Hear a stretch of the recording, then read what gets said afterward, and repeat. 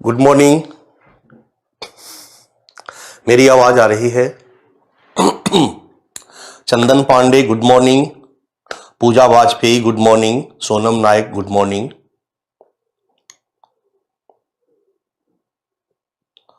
Firoz Khan good morning. मेरी आवाज आ रही है? Chaudhary Chaudhary good morning. मेरी आवाज आ रही है आपको?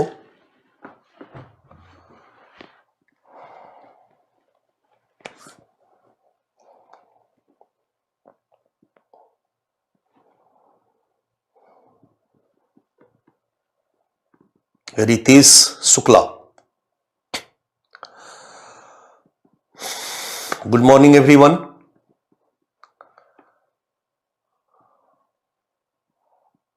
Anuradha Singh good morning Anuradha. आप लोग बताएं कल क्लास में क्या हुआ था और क्या होना है। पार्सन्स हम लोग पढ़ रहे थे थिंकर में। पार्सन्स का सामाजिक क्रिया सिद्धांत हो गया था मेरे ख्याल से।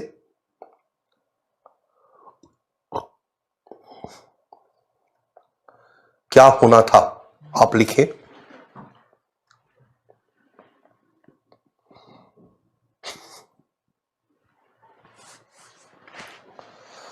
Good morning Ashutosh Tiwari.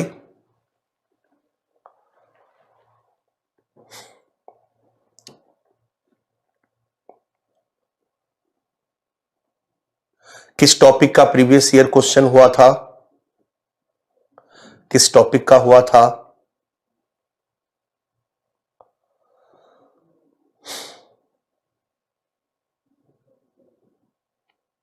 सामाजिक क्रिया सिद्धांत श्रेया सिंह हो गया था या होना बाकी था? सोशल एक्शन होना था। सोशल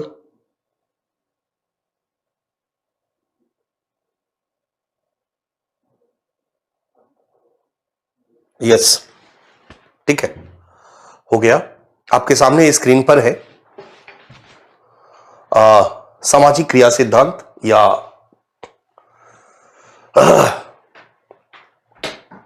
सामाजिक क्रिया सिद्धांत।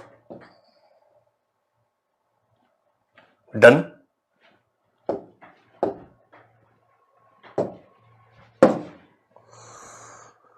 टॉलकट पार्सन्स सोशल एक्शन सामाजिक क्रिया।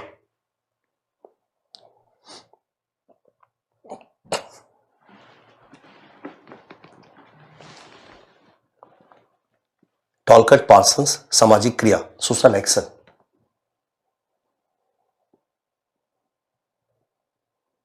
ये टॉपिक हम लोगों को पढ़ना है।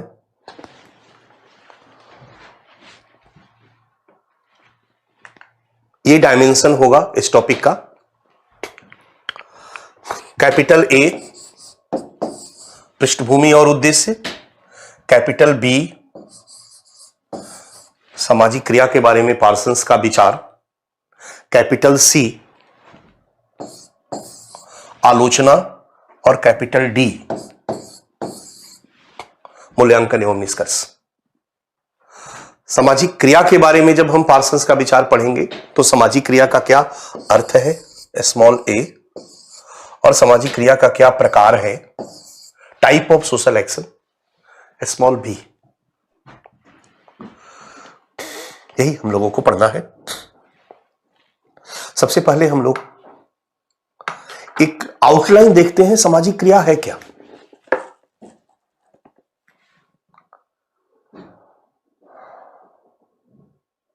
जब हम इस मानव समाज के मूलभूत अवधारणाओं को पढ़ते हैं तो हम यही मानकर चलते हैं कि पृथ्वी पर जीव जगत आया,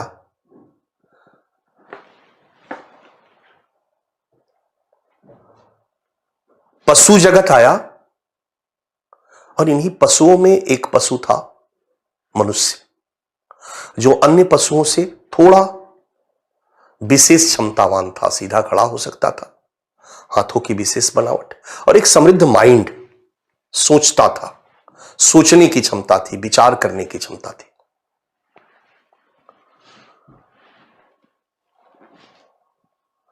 अपनी जरूरतों को पूरा करने के लिए सभी जानवरों ने कुछ किया। अपने प्रकृति का दोहन किया, क्योंकि चारों तरफ नेचर था। प्रकृति का दोहन किया और अपनी जरूरतों को पूरा किया। खाद्य संकलन किया, शिकार किया, फल फूल तोड़ा।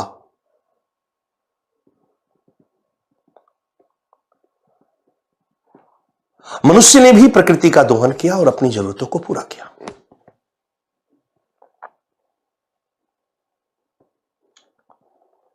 मनुष्य जब अपनी जरूरतों को पूरा करने के लिए दिमाग लगाकर कुछ करता है, क्योंकि मनुष्य के पास दिमाग है तो अपनी जरूरतों को पूरा करने के लिए दिमाग लगा के काम करेगा।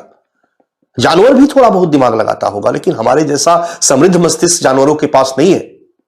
इसलिए जब मनुष्य दिमाग लगा करके अपनी जरूरतों को पूरा करने के लिए कुछ किया, तो इसी को हम क्रिया कहते हैं, इसी को हम एक्शन कहते हैं। सभी इस बात पर सहमत है कि एक्शन जो है, क्रिया जो है, एक अर्थपूर्ण व्यवहार है, उद्देश्यपूर्ण व्यवहार है। मीनिंगफुल बिहेवियर को क्रिया कहते हैं, अर्थपूर्ण व्यवहार को क्रिया कहते हैं, जिसका कोई ना कोई अर्थ हो। उद्देश्यपूर्ण व्यवहार को क्रिया कहते हैं, जिसका कोई ना कोई उद्देश्य हो, जिसका कोई ना कोई पर्पस हो। हमारा वो व्यवहार जहां हमारा दिमाग इन्वॉल्व है, क्योंकि दिमाग इन्वॉल्व है तभी किसी न किसी उद्देश्य से हम कुछ करेंगे। इसलिए बहुत सारे विद्वानों ने हमारे व्यवहार को दो कैटेगरी में कैटेगराइज किया: क्रिया, मीनिंगफुल बिहेवियर, पर्पसिव बिहेवियर, और रिफ्लेक्सिव बिहेवियर। टॉर्च की रोशनी पड़ती है, मैंने कई बार एग्जांपल दिया है कि टॉर्च की रोशनी पड़ती है और हमारी पलकें झुक जाती है, बंद हो जाती है, आंखें बंद हो जाती है। यह रिफ्लेक्सिव बिहेवियर है। यहां स्टिमुलस का हमारे आंख ने सीधा रिस्पॉन्स दिया, बंद हो गया। इस काम में हमारा दिमाग इन्वॉल्व नहीं हुआ, इसके पीछे कोई पर्पस नहीं है, इसके पीछे हमारा कोई उद्देश्य नहीं है, इसका कोई मतलब नहीं। लेकिन जब हम किसी को आंख मारते हैं, वहां भी आंख बंद होता है, तो उसके पीछे कोई उद्देश्य होता है हमारा, उसका कोई अर्थ होता है। इस कार्य में हमारा दिमाग जुड़ जाता है, हमारा माइंड जुड़ जाता है।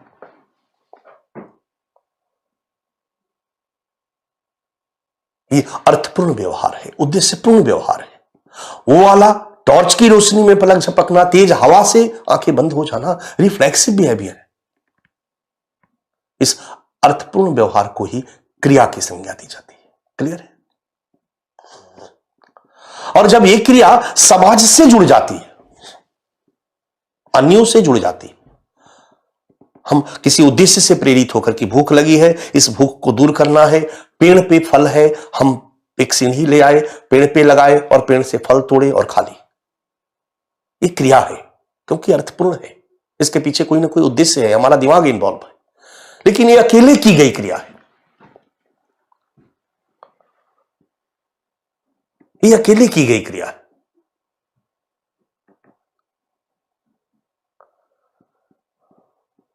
कोई जंगली जानवर आता है,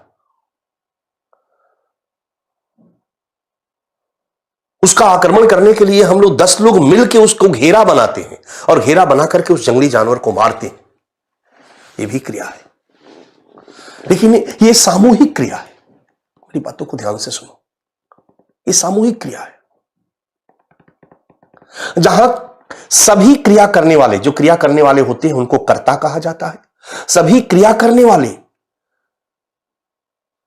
की जो उन्मुखता होती है, ओरिएंटेशन होता है, उस जंगली जानवर की तरफ होता है। यह भी क्रिया है, सामूहिक क्रिया।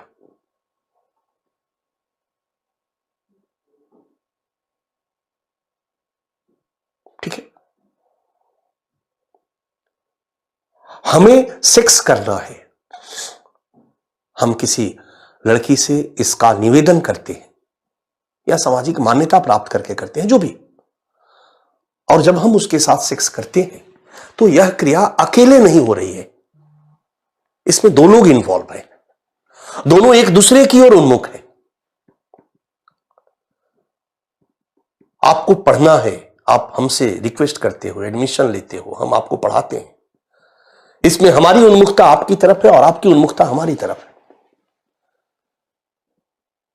जब कोई एक कर्ता या कर्ताओं का समूह जब दूसरी कर्ता या कर्ताओं के समूह की ओर उन्मुख होकर के कुछ करता है, दिमाग लगा के क्रिया करता है, अब जब वो सामने वाला कर्ता या कर्ताओं का समूह उसका प्रत्युत्तर में वो भी क्रिया करता है, प्रत्युत्तर देता है, रिस्पॉन्स देता है, तो क्रिया का एक साइकिल पूरा होता है और इससे हम और अन्य जुड़ जाते हैं, हम और समाज जुड़ जाते हैं, मैं और समाज संबद्ध हो जाते हैं। इसको अंतःक्रियात्मक संबंध कहते हैं, इसको सामाजिक संबंध कहते हैं और इसी क्रिया को हम सामाजिक क्रिया कहते हैं। इसी को हम सामाजिक क्रिया कहते हैं। इसी को हम सामाजिक क्रिया कहते हैं।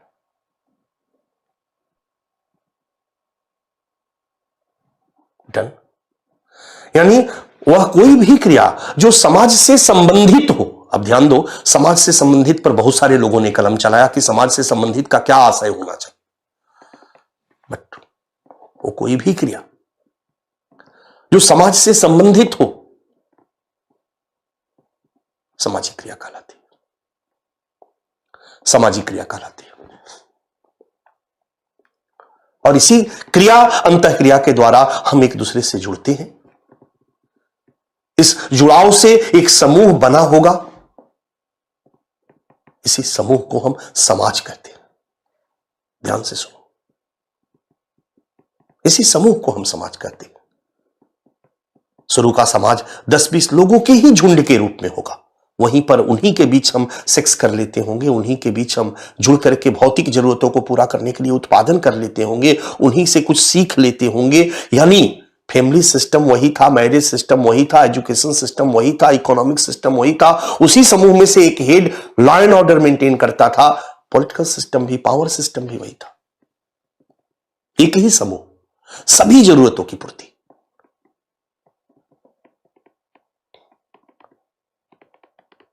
जनसंख्या बढ़ी, लोग बढ़े, उस समूह रूपी समाज का आकार बड़ा हुआ। अब हमारी अलग अलग जरूरतों को पूरा करने के लिए 10-10, 20-20 लोगों का अलग अलग समूह बन गया। परेशानियां आई तो अलग अलग समूहों में काम बांट दिया गया। फैमिली सिस्टम अलग हो गया, मैरिज सिस्टम अलग हो गया, इकोनॉमिक सिस्टम अलग हो गया, एजुकेशन सिस्टम अलग हो गया, पॉलिटिकल सिस्टम अलग हो गया।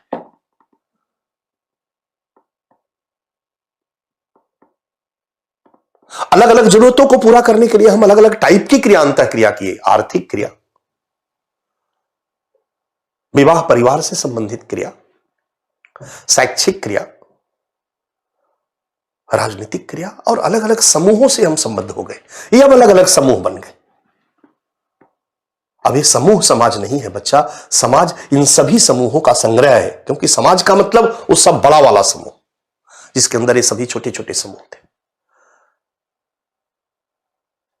समाज व्यक्तियों का वह बृहद समूह है जिसमें हम पैदा लेते हैं, अपनी सभी जरूरतों को पूरा करते हैं और उसी में मर जाते हैं। समाज ढेर सारे समूहों का एक बड़ा संग्रह है जिसके अंतर्गत हम अपनी अलग अलग जरूरतों को पूरा करने के लिए अलग अलग समूहों से जुड़ते हैं, अपनी सभी आवश्यकताओं को पूरा करते हैं और उसी में मर जाते हैं। घुमा फिरा करके वही है समाज। सामाजिक संबंधों के जाल से निर्मित व्यक्तियों का एक बृहद समूह है। समाज व्यक्तियों द्वारा क्रिया अंतःक्रियात्मक संबंधों से निर्मित एक समूह है। तो जब भी हम समाज की चर्चा करते हैं तो यहां पर सामाजिक क्रिया समाज की केंद्रीय इकाई हो जाती है। व्यक्ति और व्यक्ति से समाज, व्यक्तियों का समाज, मनुष्यों का समाज। लेकिन ये समाज बना कैसे? जब सारे मनुष्य जुड़ के एक बड़ा सा समूह बनाए। ये जुड़े कैसे? क्रिया अंतःक्रिया के द्वारा। तो इस समाज के मूल में क्या है? व्यक्ति, मनुष्य, मनुष्य की क्रिया अंतःक्रिया, यहीं से समाज का निर्माण होता है। इसलिए मानव समाज के विश्लेषण में सामाजिक क्रिया का विश्लेषण एक प्रमुख पक्ष रहा है और सामाजिक क्रिया पर बहुत सारे विद्वानों ने कलम चलाया है।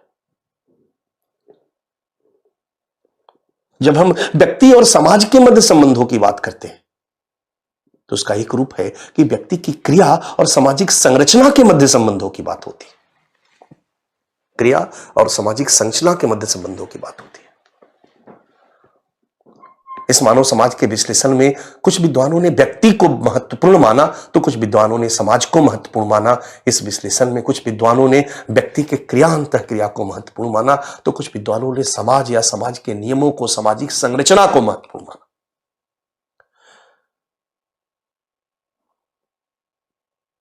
सभी ने माना कि समाजशास्त्र की विषय वस्तु उद्देश्य समाज को समझना है, समाज की कार्यप्रणाली को समझना है।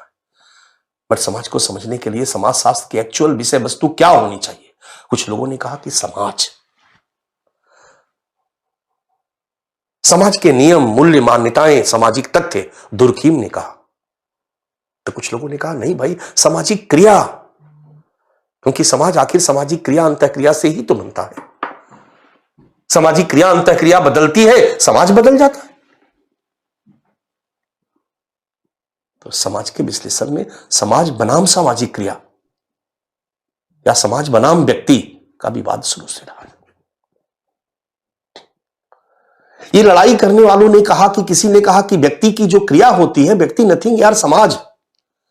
व्यक्ति की क्रिया तो समाज के द्वारा निर्धारित होती है। व्यक्ति पैदा लेता है तो एक जैविकीय मानव होता है। समाजीकरण की प्रक्रिया द्वारा वो एक सामाजिक मानव के रूप में तब्दील हो जाता है।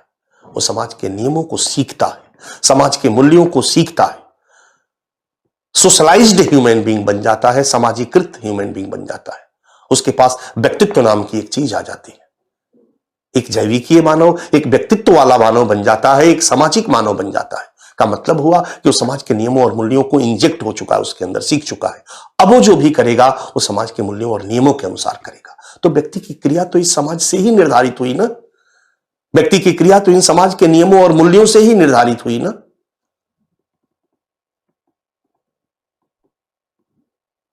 दुर्खीम ने कहा कि व्यक्ति की क्रिया, यह क्रिया समाज के नियमों द्वारा निर्धारित होती है। व्यक्ति वही बनता है जो समाज बनाता है। व्यक्ति वही करता है जो समाज करवाता है। व्यक्ति नथिंग, समाज प्रमुख।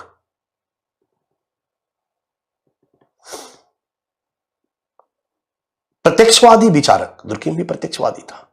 प्रत्यक्षवादियों ने समाज को महत्वपूर्ण माना, दुर्खीम ने समाज को महत्वपूर्ण माना। वहीं पर एक दूसरा विचारकों का खेमा था, आदर्शवादियों का।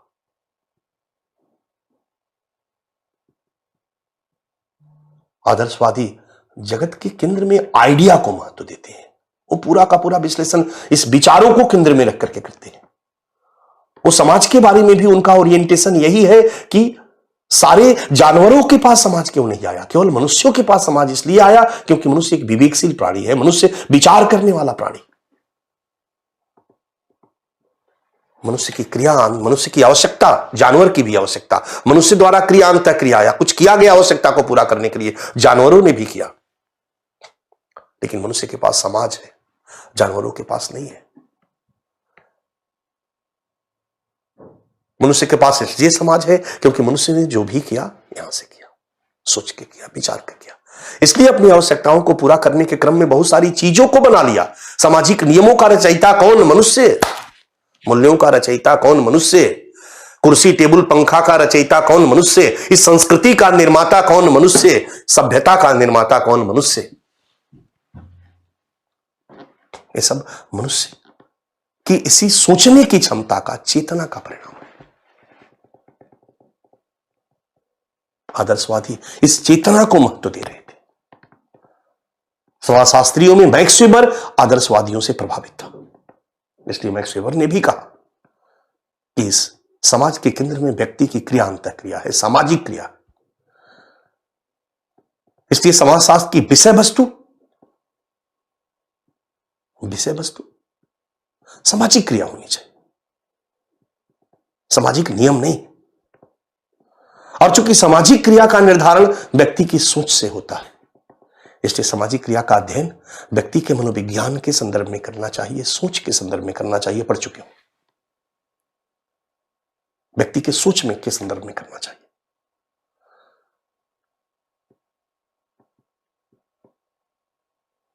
व्यक्ति के सोच के संदर्भ में करना चाहिए। दुर्खीम या प्रत्यक्षवादी कहते हैं कि व्यक्ति के सोच में घुसने की क्या जरूरत है।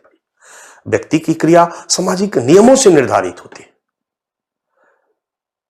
व्यक्ति वही करता है जो नियम है, या जो व्यक्ति करता है वो नियम के अनुसार ही करता है। तो व्यक्ति क्या करता है, प्रत्यक्ष निरीक्षण परीक्षण कर लो। व्यक्ति क्या करता है, प्रत्यक्ष निरीक्षण परीक्षण कर लो। व्यक्ति ने जो किया है वही नियम है, वही नियम है, वही नियम है। जान गए नियमों को, समझ गए समाज को। इसलिए प्रत्यक्षवादी इस सामाजिक क्रिया का या सामाजिक घटना का विश्लेषण प्रत्यक्ष निरीक्षण परीक्षण के आधार पर करते हैं। वो व्यक्ति के मनोविज्ञान को महत्व नहीं देते। इस तरह से पार्सन्स के समय में सामाजिक क्रिया के बारे में एक तरफ प्रत्यक्षवादी विचारक या दुर्खीम का कहना था कि सामाजिक क्रिया समाज और सामाजिक नियमों द्वारा निर्धारित होती है, संस्कृति द्वारा निर्धारित होती है। तो दूसरी तरफ आदर्शवादियों या मैक्स वेबर का कहना था कि व्यक्ति की क्रिया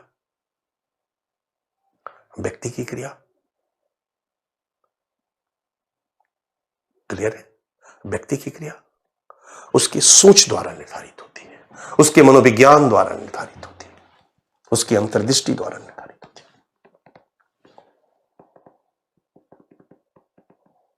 उस समय सामाजिक क्रिया पर बहुत सारे लोग कलम चला रहे थे और उन कलम चलाने वालों में उपयोगितावाद भी महत्वपूर्ण था। उपयोगितावाद एक विचारधारा है, कुछ लोगों का विचार है। ये लोग मानव स्वभाव का वर्णन करते हैं। ये लोग कहते हैं कि मानव का नेचर है, स्वभाव है कि यह अधिक से अधिक सुख चाहता है और कम से कम दुख चाहता है। ये नेचर है मानव का। मनुष्य का स्वभाव है सुख चाहत। और चूंकि मनुष्य एक विवेकशील प्राणी है, मनुष्य की इस विवेकशीलता का, इस मनोवैज्ञानिक क्षमता का की स्वीकृति आदर्शवादियों की तरह उपयोगितावादी भी करते हैं। वो कहते हैं मनुष्य एक विवेकशील प्राणी है, इसलिए वो अपने सभी क्रियाकलापों का निर्धारण इस तरीके से करता है कि उसको अधिक से अधिक सुख मिले और कम से कम दुख मिले। क्योंकि वो सुख चाहता है तो वो हर काम इस तरह से करता है कि उसे सुख मिले, दुख नहीं मिले। यानी उपयोगितावादी कह रहे थे कि मानवीय क्रिया, व्यक्ति की क्रिया, सामाजिक क्रिया व्यक्ति के कर्ता के लाभ हानि के मूल्यांकन द्वारा निर्धारित होती है। कर्ता बिल्कुल बिजनेसमैन की तरह क्रिया करता है। हर क्रिया पर वो विचार करता है कि कौन सी क्रिया करने से लाभ होगा, कौन सी क्रिया करने से हानि होगी। वो हानि वाला क्रिया से बचता है और लाभ वाली क्रिया को करता है। वो क्रिया करते समय बिल्कुल उपयोगितावादी संदर्भ में, लाभ हानि के संदर्भ में प्रतिक्रिया का मूल्यांकन करता है और तब क्रिया को संपादित करता है, लाभ वाली क्रिया को संपादित करता है।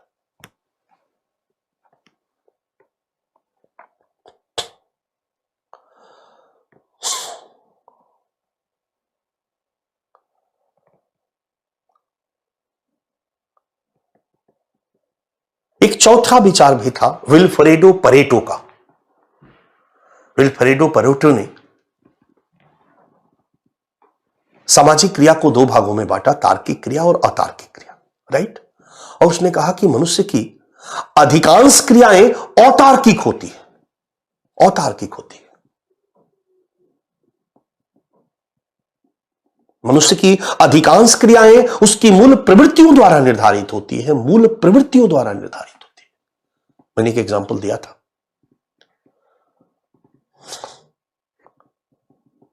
यह बात अलग है कि व्यक्ति अपने इस मूल प्रवृत्तियों द्वारा निर्धारित क्रिया को जबरदस्ती तार्किक क्रिया घोषित कर देता है। वैसे जबरदस्ती तार्किक क्रिया की घोषणा को परेटो भ्रांत तर्क कहते हैं। भ्रांत तर्क। मां को एक स्त्री को उसके पति ने मारा। स्त्री में बहुत गुस्सा था। बेटा सामने आया, छोटा बेटा। उस गुस्से को उस स्त्री ने अपने बेटा पर निकाला और बेटे को 2 झापड़ मारा। लेकिन 2 झापड़ मारने के बाद उस स्त्री ने कहा, पढ़ते नहीं हो, खाली घूमते रहते हो।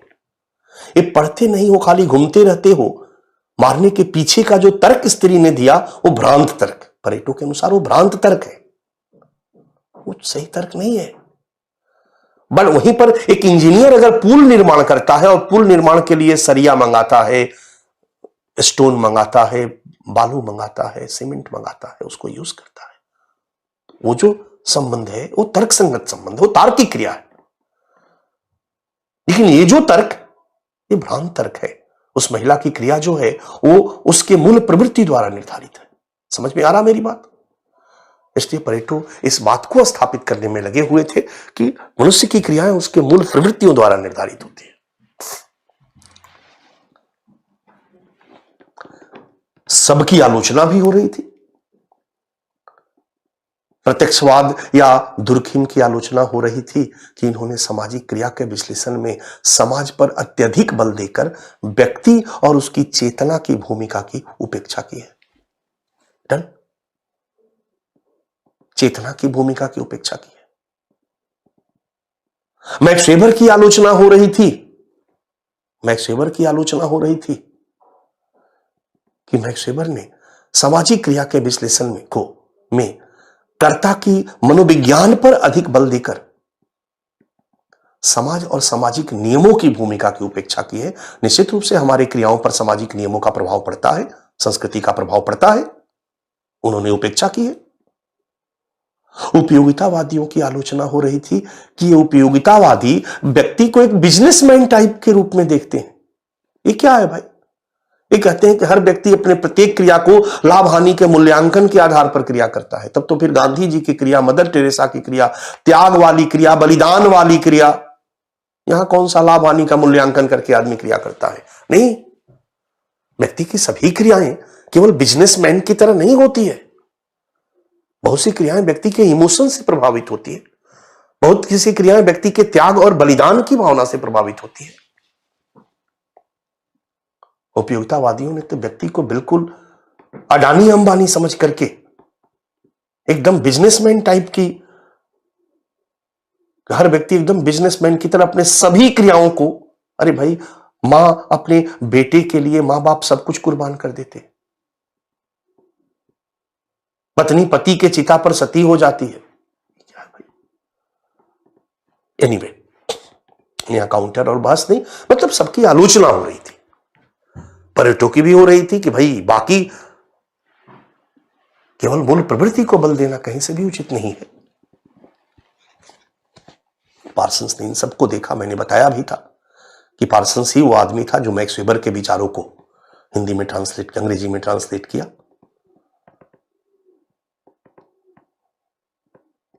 पार्सन्स दुर्खिम से भी प्रभावित था, बल्कि ज्यादा प्रभावित था कहो। उपयोगितावाद मूल रूप से अमेरिका में काफी पॉपुलर बनी, तो पार्सन्स ने भी सामाजिक क्रिया के बारे में लिखने का निर्णय लिया और 1937 में पार्सन्स ने सामाजिक क्रिया पर एक किताब लिखी और the structure of social action को समझाने का प्रयास किया। सामाजिक क्रिया की जो संरचना है, कैसे सामाजिक क्रिया होता है, कौन कौन सी चीजें इसको निर्धारित करती है, समझाने का निर्णय लिया और सोचा कि एक ऐसा सामाजिक क्रिया के बारे में विचार प्रस्तुत करें जो संतुलित हो, जिसकी आलोचना न हो, जो एकीकृत हो, मतलब सभी विचारों को एकीकृत करता हो, क्योंकि सबके विचार थोड़ा थोड़ा सही है। वेबर का विचार भी थोड़ा सही है, दुर्खिम या प्रत्यक्षवादियों का विचार भी थोड़ा सही है, उपयोगितावादियों का विचार भी थोड़ा सही है। व्यक्ति कई जगहों पर लाभ हानि का मूल्यांकन करके भी क्रिया करता है। जब आप दुकान पे जाते हो, जब सब्जी खरीदने जाते हो, तो पूरा महिलाओं को देखो, पूरा हिसाब किताब करती है, कौन ताजा सब्जी है, कौन खराब सब्जी है, कितना रुपए दोगे, कितना रुपए नहीं दोगे। वहां पर क्रिया बिल्कुल उपयोगितावादी होती है। लेकिन वहीं पर व्यक्ति अगर मंदिर जाकर के पूजा पाठ करता है तो थोड़ी कहता भगवान क्या दोगे क्या नहीं दोगे, तुम नहीं देते हो, तुम्हारी पूजा नहीं करूंगा। परिवार के अंदर व्यक्ति क्रिया करता है तो उपयोगितावादी नहीं होता है। बाहर में बहुत से जगहों पर जो भी हम क्रिया करते हैं, कहीं ना कहीं समाज के नियमों के अनुसार क्रिया करते हैं, तो समाज के नियम और संस्कृति भी हमारी क्रियाओं को प्रभावित करती है। हमारी सोच, हमारा तर्क वितर्क भी हमारी क्रियाओं को प्रभावित करता है। हमारी मूल प्रवृत्ति भी हमारी क्रियाओं को प्रभावित करती है। तो सामाजिक क्रिया के बारे में पार्सन्स एक ऐसा विश्लेषण प्रस्तुत करना चाहता था जिसमें सभी विचारकों के विचारों को इंटीग्रेट किया जाए और इंटीग्रेट करके सामाजिक क्रिया के बारे में एक संतुलित सिद्धांत प्रस्तुत किया जाए, संतुलित विचार प्रस्तुत किया जाए। और उसने यही करने का प्रयास किया। जो उसने किया वही है सामाजिक क्रिया सिद्धांत। तो जब हम इसके पृष्ठभूमि और उद्देश्य की बात करेंगे बच्चा, तो हम देखते हैं पृष्ठभूमि और उद्देश्य आपके सामने है। पृष्ठभूमि पहला है समृद्ध अमेरिकी समाज। समाज एक समृद्ध अमेरिकी समाज था जहां सब लोग सामाजिक नियमों के अनुसार प्रॉपर तरीके से काम, अधिकांश लोग हम कहें तो, जब समाज संगठित होता है, संगठन का मतलब ही होता है किसी भी समाज की वह स्वस्थ शरीर का क्या मतलब हुआ? स्वस्थ शरीर, हेल्दी शरीर का मतलब हुआ शरीर की वह स्थिति या दशा जहां शरीर के अधिकांश अंग प्रॉपरली काम करते हैं। अस्वस्थ शरीर का मतलब हुआ शरीर का जो अंग है, कुछ अंग प्रॉपर काम नहीं कर रहे। ज्यादा अस्वस्थ, ज्यादा अंग प्रॉपर काम नहीं कर रहे। ज्यादा स्वस्थ, बहुत स्वस्थ है, मतलब सब प्रॉपर है। तो स्वस्थ समाज मतलब सामाजिक संगठन, अस्वस्थ समाज मतलब सामाजिक विघटन। अमेरिकी समाज स्वस्थ समाज था, संगठित समाज था, समृद्ध अमेरिकी समाज था जहां सब कुछ प्रॉपरली हो रहा था। प्रत्यक्षवाद, इसलिए इसका असर पड़ा है बच्चा। पार्सन्स अपने विश्लेषण में दुर्खिम की तरह झुक गया है, दुर्खिम की तरफ झुक गया है, संतुलित करने का प्रयास किया, लेकिन फाइनली उसका कंक्लूजन यही आता है, आगे समझेंगे कि भाई सामाजिक क्रिया समाज के मूल्यों और नियमों से ही निर्धारित होती है। हम सब नियमों के अनुसार ही काम करते हैं। कहीं ना कहीं समृद्ध अमेरिकी समाज पार्सन्स के इस विचारों को स्वरूप प्रदान करने में महत्वपूर्ण रहा है। इसलिए सामाजिक पृष्ठभूमि समृद्ध अमेरिकी समाज, बौद्धिक पृष्ठभूमि में प्रत्यक्षवाद बता चुका हूं सामाजिक व्यवस्था सिद्धांत के समय में भी। बौद्धिक पृष्ठभूमि में आदर्शवाद, आइडियलिज्म, पॉजिटिविज्म। बौद्धिक पृष्ठभूमि में उपयोगितावाद, यूटिलिटेरियनिज्म, ये भी बता चुका हूं। और बौद्धिक पृष्ठभूमि में परेटो का सामाजिक क्रिया संबंधी विचार, परेटो का सामाजिक क्रिया संबंधी विचार। डन।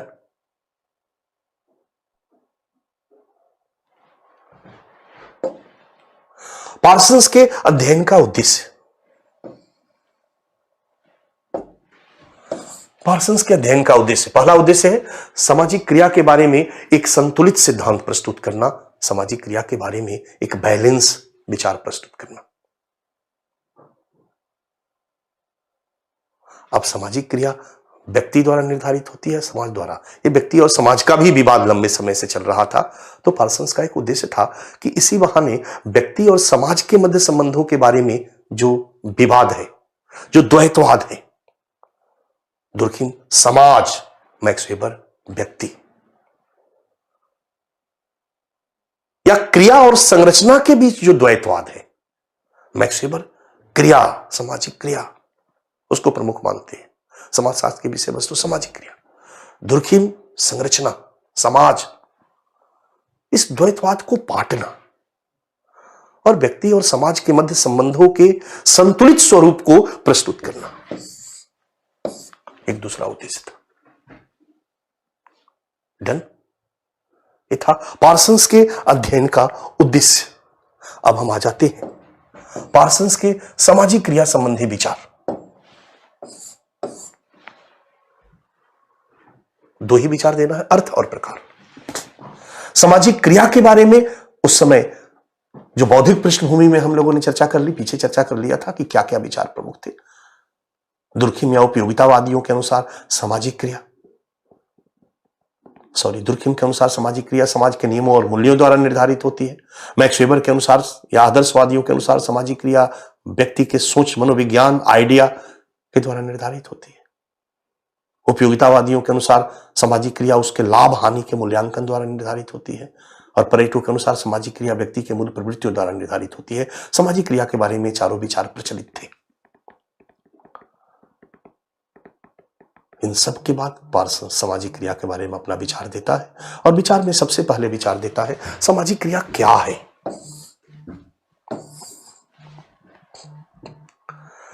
सामाजिक क्रिया क्या है? सामाजिक क्रिया का अर्थ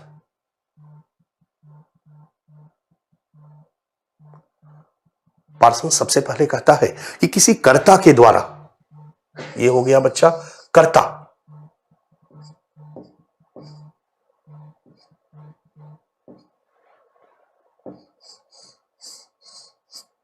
ये हो गया कर्ता, कर्ता के द्वारा लक्ष्य तक पहुंचना ही, ये हो गया लक्ष्य, कर्ता के द्वारा लक्ष्य तक पहुंचना ही सामाजिक क्रिया। कर्ता किसी उद्देश्य को लेकर, किसी लक्ष्य को लेकर के, सभी मानते हैं, दुर्कीम भी, पार्सन्स भी। अब तो है कि निर्धारित किससे होता है। पार्सन्स ने सबसे पहले कहा कि भाई कर्ता द्वारा लक्ष्य तक पहुंचना ही सामाजिक क्रिया। यहां पार्सन्स क्रिया सामाजिक क्रिया पर फोकस्ड होते हैं। कर्ता द्वारा लक्ष्य तक पहुंचना ही सामाजिक क्रिया।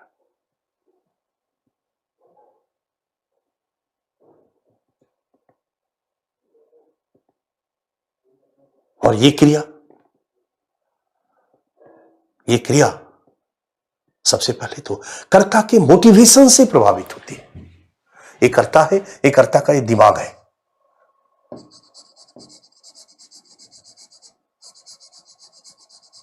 ये क्रिया जो है वो कर्ता के मोटिवेशन से प्रभावित होती है।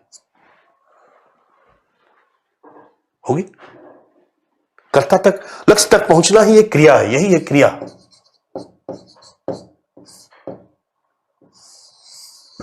ये क्रिया अभिप्रेरण से प्रभावित होती है।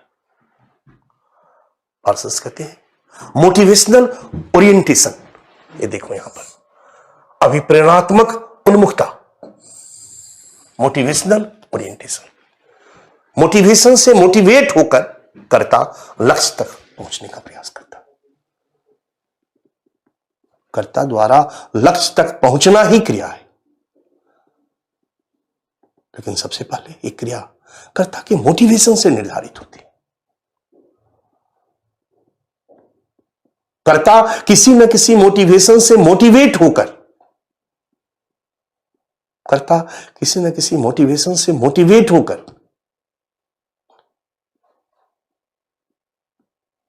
क्रिया करता है। ये बात ऑलरेडी मैक्स वेबर कह चुके थे। पार्सन्स ने मैक्स वेबर के विचारों को इसमें शामिल किया और कहा कि मोटिवेशन उसकी क्रियाओं का प्रमुख प्रभावक तत्व है, प्रमुख निर्धारक तत्व है।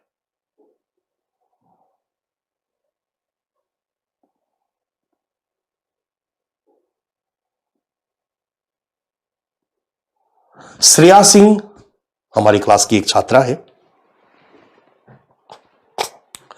मुखर्जी नगर में रहती है। श्रेया सिंह का मन किया मिठाई खाते,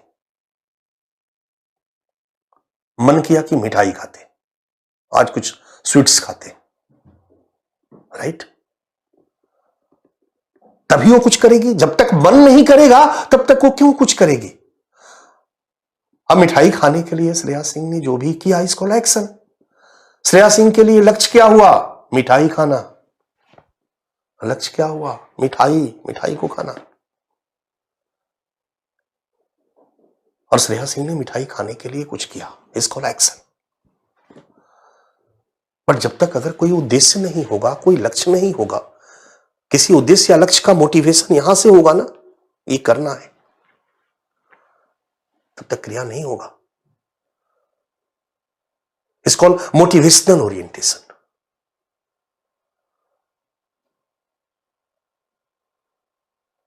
कर्ता की क्रिया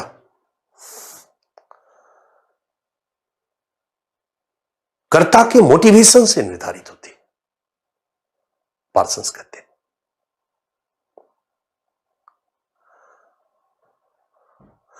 पार्सन्स कहते हैं कि कर्ता की क्रिया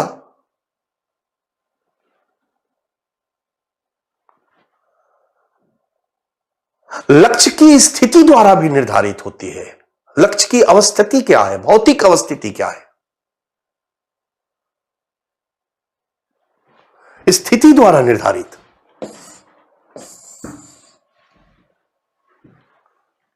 मिठाई खाने का मन है, दिल्ली का सबसे टॉप मिठाई बंगाली स्वीट्स में मिलता है या बंगाल स्वीट्स में मिलता है। मिठाई का दुकान का नाम है सपोज, या हम कहें आपके लिए पॉपुलर दुकान है बीकानेर स्वीट्स में मिलता है। डन।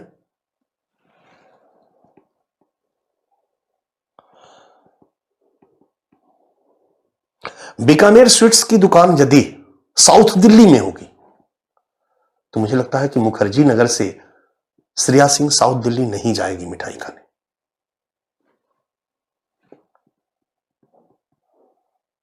अगर बीकानेर स्वीट्स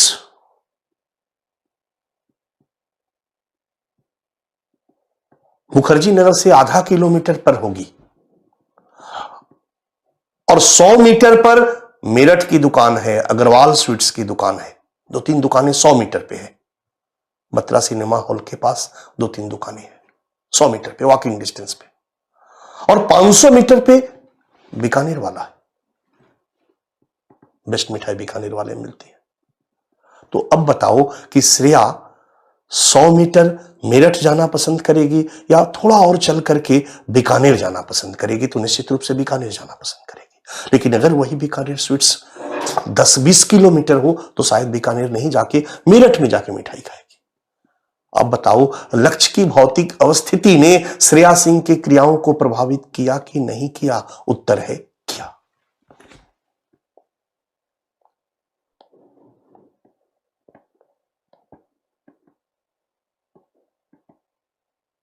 किया।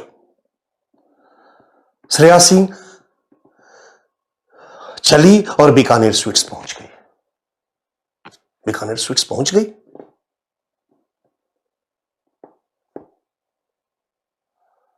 अब क्या श्रेया सिंह बीकानेर स्वीट्स में जाकर के सीधे शीशा तोड़ करके और भैंस की तरह उस स्वीट्स के बर्तन में मुंह लगा लेगी? अगर भैंस होती तो क्या करती? मैं तो सीधे अटैक करके उस पर मुंह लगाती। क्या श्रेया भी मुंह लगा लेगी और भैंस की तरह मिठाई खाएगी? नहीं। श्रेया इस मिठाई खाने की क्रिया समाज और संस्कृति के नियमों के तहत करेगी। पर्ची कटाएगी, पर्ची कटाने के बाद में पैसा देकर के पर्ची कटाएगी, पर्ची कटा करके वहां पर्ची देगी, पर्ची देने के बाद में वो प्लेट में उसको मिठाई देगा और प्लेट में मिठाई देने के बाद वो चेयर पर बैठेगी, टेबल पर बैठेगी और मिठाई चम्मच से काट के खाएगी। श्रेया सिंह की यह क्रिया खाने के तौर तरीके संस्कृति से निर्धारित हुई कि नहीं हुई? हुई।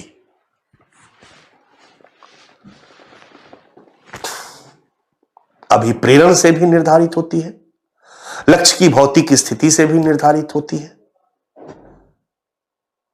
संस्कृति भी व्यक्ति के क्रियाओं को निर्धारित करता है, प्रभावित करता है।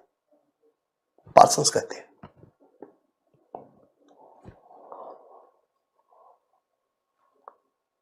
पसंद नापसंद निर्धारित नहीं करता है, करता है।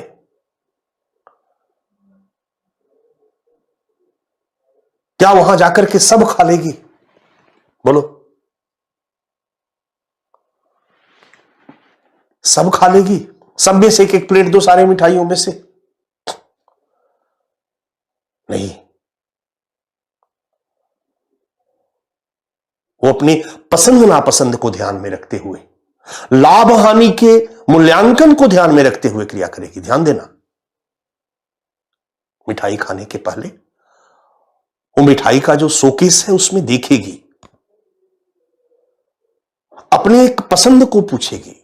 श्रेया को गरम गुलाब जामुन पसंद है, श्रेया को गाजर का हलवा भी पसंद है, श्रेया को रसमलाई भी पसंद है।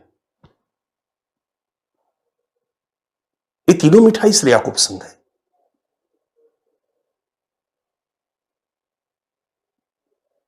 गरम गुलाब जामुन अधिक पसंद है। अब तीनों में हायरार्की बनाओ तो गरम गुलाब जामुन अधिक पसंद है। फिर गाजर का हलवा,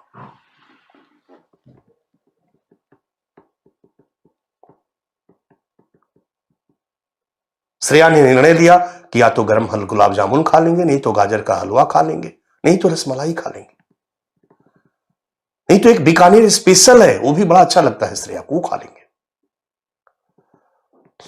क्या श्रेया सीधे कहेगी कि ये चारों मिठाई दो? बोलो, नहीं कहेगी। वो देखेगी कि जो गरम गुलाब जामुन है वो गरम गरम है, ताजा है, और प्राइस टैग लगा हुआ है 30 रुपए प्लेट।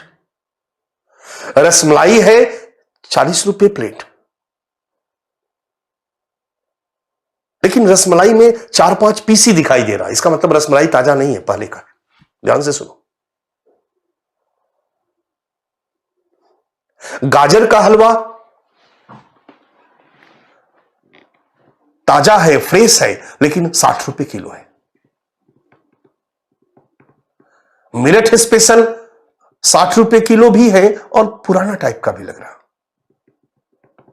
इन चारों कंडीशन को ध्यान में रखते हुए श्रेया, लाभ हानि के मूल्यांकन को ध्यान में रखते हुए क्रिया, श्रेया आदमी है, भैंस नहीं है कि लेकर के सीधे मुंह में खा गई। वो बोलेगी कि गरम गुलाब जामुन, क्योंकि वो गरम भी है, ताजा भी है, फ्रेश भी है, श्रेया को पसंद भी है। पसंद नापसंद को श्रेया ने ध्यान में रखा कि नहीं रखा? बोलो, रखा। श्रेया को पसंद भी है और सस्ता भी है, बहुत ज्यादा महंगा भी नहीं है। शायद वही 500 रुपए किलो होता तो श्रेया छोड़ती कि चलो इसकी जगह पर दूसरा कोई खाते। सिचुएशन जो शब्द है वो बहुत ब्रॉड टर्म है।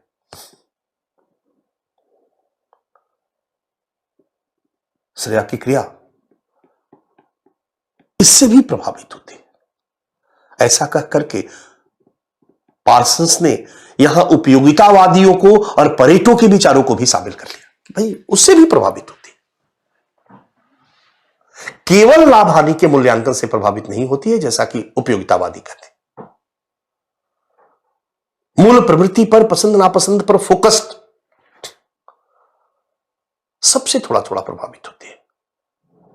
व्यक्ति द्वारा लक्ष्य तक पहुंचना ही क्रिया कहलाता है और उसकी यह क्रिया कई चीजों से प्रभावित होती है।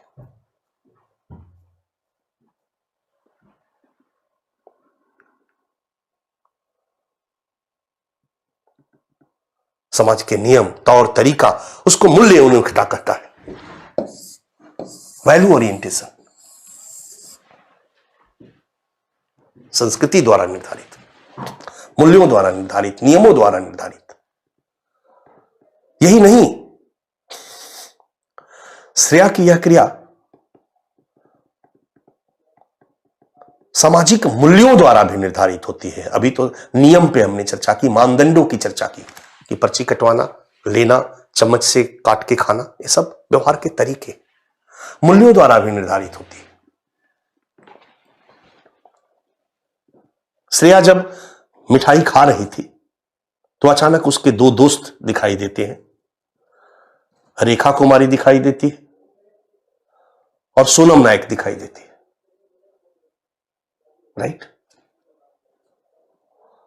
पार्सन्स कहते हैं कि अगर श्रेया पर सामूहिकता के मूल्यों का प्रभाव होगा, सामूहिकता के मूल्यों का प्रभाव होगा,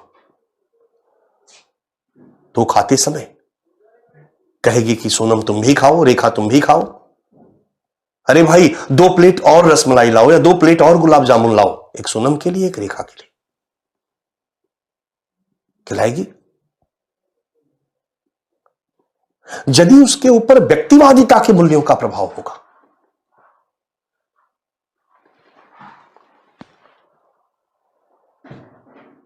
समाजीकरण की प्रक्रिया द्वारा मूल्य और मानदंड हमारे अंदर इंजेक्टेड हो जाते हैं, हम सीखते हैं, उसके अनुसार व्यवहार करते हैं। अगर व्यक्तिवादिता के मूल्यों का प्रभाव होगा तो श्रेया अकेले गटागट खाएगी और कहेगी और सोनम कैसी हो, और रेखा कैसी हो, क्या चल रहा है, तुम्हारा पढ़ाई लिखाई चल रहा है कि नहीं, 10 मिनट इनसे बात करेगी और गटागट गुलाब जामुन खाती रहेगी, इनसे पूछे भी कि नहीं कि तुम खाओगी कि नहीं खाओगी, तुमको खाना है खरीद के खाओ, मैं क्यों खिलाऊंगी।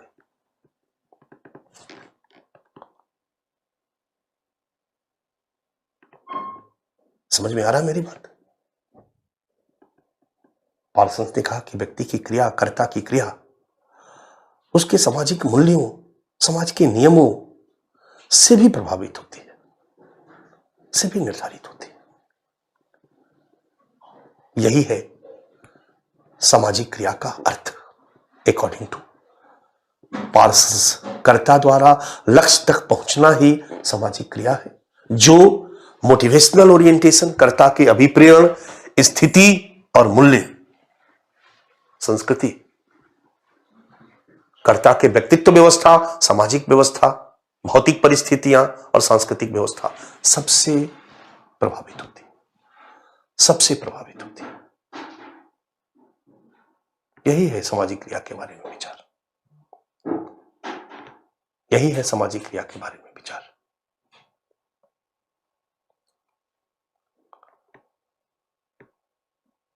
कुछ संतुलित है या नहीं है सामाजिक क्रिया के अर्थ के बारे में पार्सन्स ने, मैंने आउटलाइन दिया, इसमें घुसते चले जाओगे तो फंस जाओगे, मैं फंसाना नहीं चाहता हूं। क्लियर है। अब अभी अभी मैंने कहा है थोड़ी देर पहले कि पार्सन्स ने सभी विचारकों को समन्वित करते हुए सामाजिक क्रिया के बारे में एक संतुलित विचार देने के उद्देश्य से सामाजिक क्रिया का अध्ययन किया और लिखा। देखने में जो अभी मैंने बात बताई लगा कि काफी संतुलित विचार है। फिर मैंने कहा कि पार्सन्स अपने सामाजिक क्रिया के सिद्धांत में फाइनली प्रत्यक्षवादियों की तरफ झुक गया, दुर्खिम की तरफ झुक गया और फाइनली यही निर्धारित कर दिया कि जो भी हो भैया, व्यक्ति की क्रिया समाज के नियमों और मूल्यों द्वारा ही निर्धारित होती है। अभी मैंने कहा था ये बात कैसे सामाजिक क्रिया के बारे में जो मैंने पार्सन्स का विचार बताया, उस विचार में तो कहीं नहीं दिखाई दे रहा है। इस विचार में तो काफी संतुलित विचार दिखाई दे रहा, संतुलित विचार दिखाई दे रहा कि व्यक्ति की क्रिया सभी चीजों से निर्धारित होती है। अब मैं आगे बताता हूं कि कैसे पार्सन्स के विचारों में फाइनली और दुर्खिम की तरह झुकाव बन जाता है। पार्सन्स कहते हैं कि व्यक्ति द्वारा लक्ष्य तक पहुंचना ही क्रिया है, और व्यक्ति जब लक्ष्य तक पहुंचने के लिए या क्रिया करता है तो उसकी यह क्रिया सबसे पहले तो उसके मोटिवेशनल ओरिएंटेशन से निर्धारित होती है, उसके व्यक्तित्व व्यवस्था, मोटिवेशनल ओरिएंटेशन। और फिर पार्सन्स कहता है कि ये मोटिवेशन जो है, जो उसका मोटिवेशन, किसी भी चीज को करने के लिए जो उसका मोटिवेशन बनता है वो उसके व्यक्तित्व व्यवस्था का पार्ट के रूप में बनता है। और इस मोटिवेशन का निर्माण कहां से होता है? समाज से होता है। ये मोटिवेशन भी फाइनली समाज से निर्धारित होता है। ये मोटिवेशन भी फाइनली समाज से निर्धारित होता है। श्रेया को मिठाई खाने का मन किया क्योंकि नॉर्थ इंडिया में उसका जन्म हुआ, पालन पोषण हुआ। शायद अगर श्रेया का जन्म नागालैंड में हुआ होता, पालन पोषण नागालैंड मणिपुर में हुआ होता, तो उसको मिठाई नहीं कुत्ता खाने का मन करता। आज कुत्ता खाते हैं, आज कुत्ता खाते हैं। श्रेया का जन्म गुजरात में हुआ होता, उसका पालन पोषण गुजरात में हुआ होता, तो उसको ढोकला खाने का मन करता। साउथ में हुआ होता तो उसको इडली बड़ा डोसा खाने का मन करता। आज बड़ा खाते।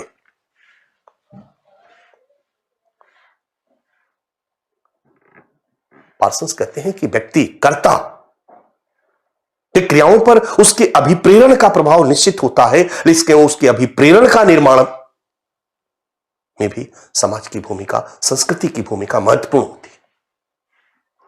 समाज और संस्कृति की भूमिका महत्वपूर्ण होती है।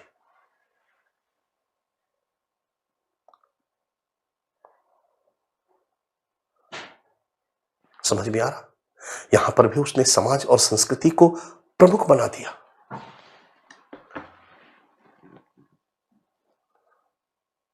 कर्ता में सामूहिकता के मूल्यों का प्रभाव यदि अलग है, अधिक, तो श्रेया सबको खिलाएगी, और व्यक्तिवादिता के मूल्यों का प्रभाव अधिक है तो अकेले खाएगी। लेकिन ये अकेले खाएगी या सबको खिलाएगी, ये डिपेंड कहां से हो रहा है? उस समाज से हो रहा है जिस समाज में श्रेया का पालन पोषण और समाजीकरण हुआ। यदि श्रेया भारत के एक ग्रामीण समाज में, संयुक्त परिवार वाले समाज में उसका पालन पोषण हुआ है, जहां सामूहिकता के मूल्य उसके व्यक्तित्व व्यवस्था के अंतर्गत इंजेक्ट कर दिया गया है, तो श्रेया वहां सबको खिलाएगी। और अगर श्रेया का पालन पोषण नगरीय समाज में हुआ है, एकाकी परिवार में हुआ है, जिसमें व्यक्तिवादिता का मूल्य प्रबल है, तो अकेले गटागट खाएगी, किसी को पूछेगी भी नहीं। तो कहीं ना कहीं उसके व्यक्तिवादिता के मूल्यों से उन्मुख प्रभाव या सामूहिकता के मूल्यों से प्रभावित प्रभाव का अंतिम निर्धारक कौन? समाज। किस तरह के समाज में उसका पालन पोषण हुआ, यानी व्यक्ति के व्यक्तित्व व्यवस्था का, व्यक्तित्व व्यवस्था, उसकी सोच, उसका पसंद नापसंद, सारी चीजें, सबके मूल में पार्सन्स समाज को स्वीकार कर देते हैं। और समाज को स्वीकार करके अंत में कहां झुक गए? अपने सामाजिक क्रिया के सिद्धांत में समाज की तरफ झुक जाते हैं, समाज की तरफ झुक जाते हैं। यानी अगर पार्सन्स के सामाजिक क्रिया सिद्धांत का निचोड़ निकाले तो फाइनली यही होता है कि पार्सन्स ने सामाजिक क्रिया के विश्लेषण में कर्ता को महत्व दिया है, कर्ता के मनोविज्ञान को महत्व दिया है, लेकिन कर्ता के मनोविज्ञान को भी समाज से निर्धारित बताकर अंततः वो समाज की तरफ झुक गए हैं। और उन्होंने भी दुर्खिम की तरह, प्रत्यक्षवादियों की तरह यह एस्टैब्लिश किया अपने सिद्धांत में कि व्यक्ति की क्रिया अंततः समाज द्वारा निर्धारित होती है, व्यक्ति की क्रिया अंततः सांस्कृतिक व्यवस्था द्वारा निर्धारित होती है, मूल्यों और मानदंडों के द्वारा निर्धारित होती है। पार्सन्स भी अपने क्रिया सिद्धांत में सामाजिक निर्धारणवादी हो गए। चले थे हरिभजन को ओटन लगे कपास, चले थे सभी सामाजिक क्रिया पर विद्यमान विचारों को समन्वित करने के लिए, लेकिन अंत में वो दुर्खिम की तरफ झुक गए, प्रत्यक्षवाद की तरफ झुक गए। यही है पार्सन्स का सामाजिक क्रिया के बारे में विचार। और जितना मैंने बता दिया, इससे ज्यादा लिखने की जरूरत नहीं है, क्योंकि इस पुस्तक का, पार्सन्स की किताबों का भी, किताबों में जो प्रेजेंटेशन है बच्चा, वो गड़बड़ है। किसी भी हिंदी किताब को लेकर के पढ़ोगे तो इतना जटिल नजर आएगा कि तुम्हारा माथा फटने लगेगा कि ये क्या है।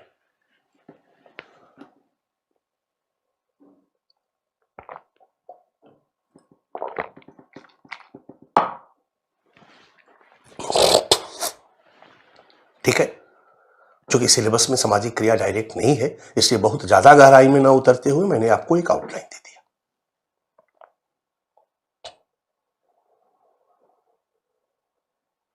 सामाजिक क्रिया का अर्थ हो गया बच्चा। स्मॉल बी है सामाजिक क्रिया के प्रकार, type of social action, right. हमारी सामाजिक क्रिया के प्रकार, कितने प्रकार की सामाजिक क्रिया? याद करो, मैक्स वेबर ने भी सामाजिक क्रिया के प्रकारों की चर्चा की, पार्सन्स ने भी सामाजिक क्रिया के प्रकारों की चर्चा की।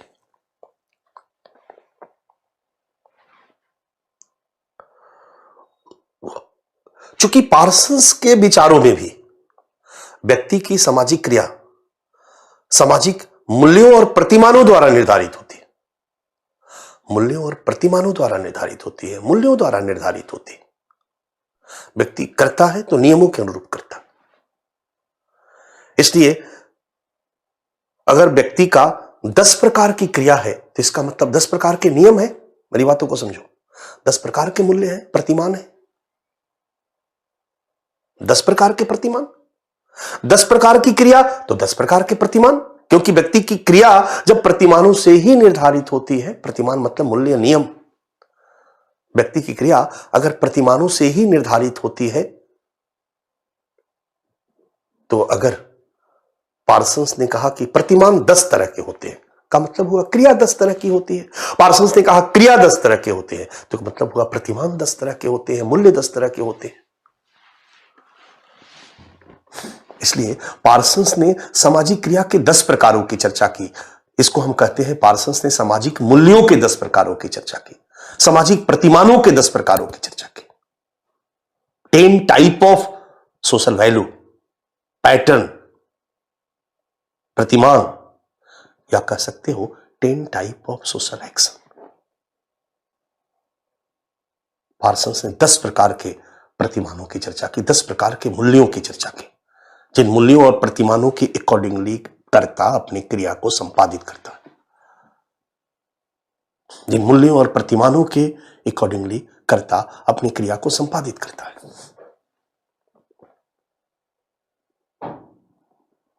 और पार्सन्स ने इन मूल्यों और प्रतिमानों को 5 जोड़ों में रखा। 5 जोड़ों में रखा। 5 जोड़ों में रखा।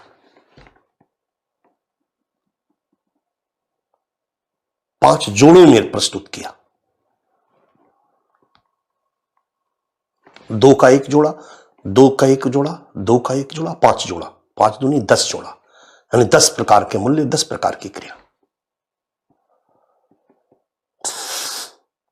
ठीक है, 10 प्रकार की क्रिया जोड़ों में रखा।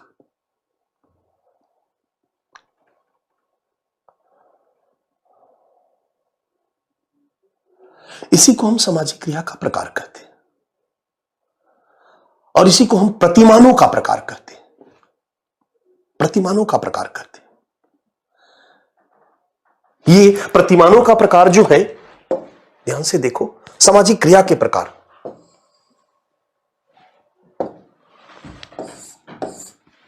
टाइप ऑफ सोशल एक्शन, सामाजिक क्रिया के प्रकार।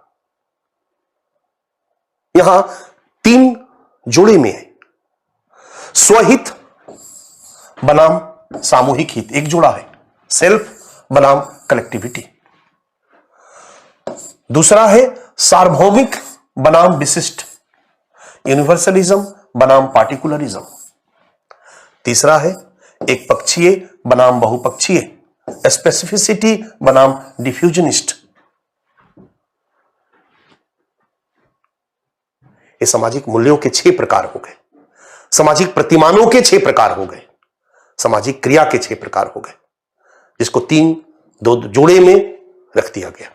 और अगला है अर्जित बनाम प्रदत्त, अचीवमेंट बनाम एस्क्रिप्शन। और 5वां है भावात्मक तटस्थता बनाम भावात्मकता, अफेक्टिव न्यूट्रलिटी बनाम अफेक्टिविटी।